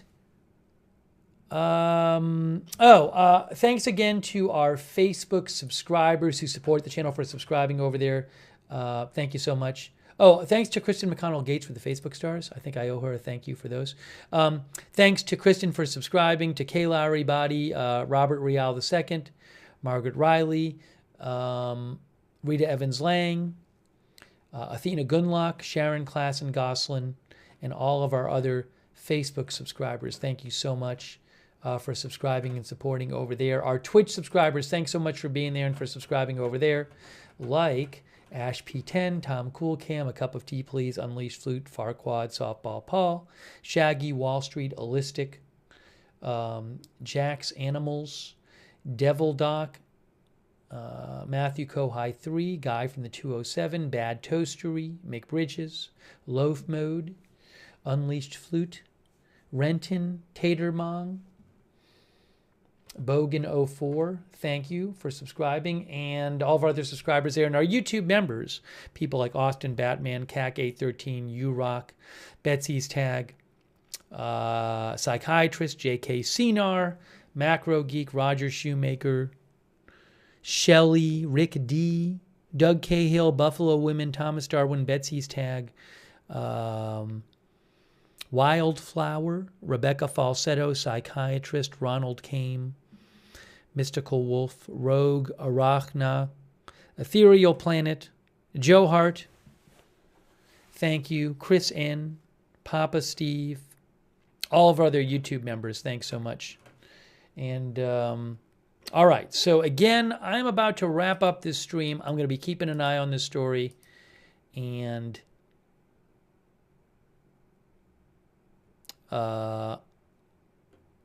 if there's big new developments, I will let you know. I'll post about it on X. If there's something big enough, we will come on the air and we'll do more coverage.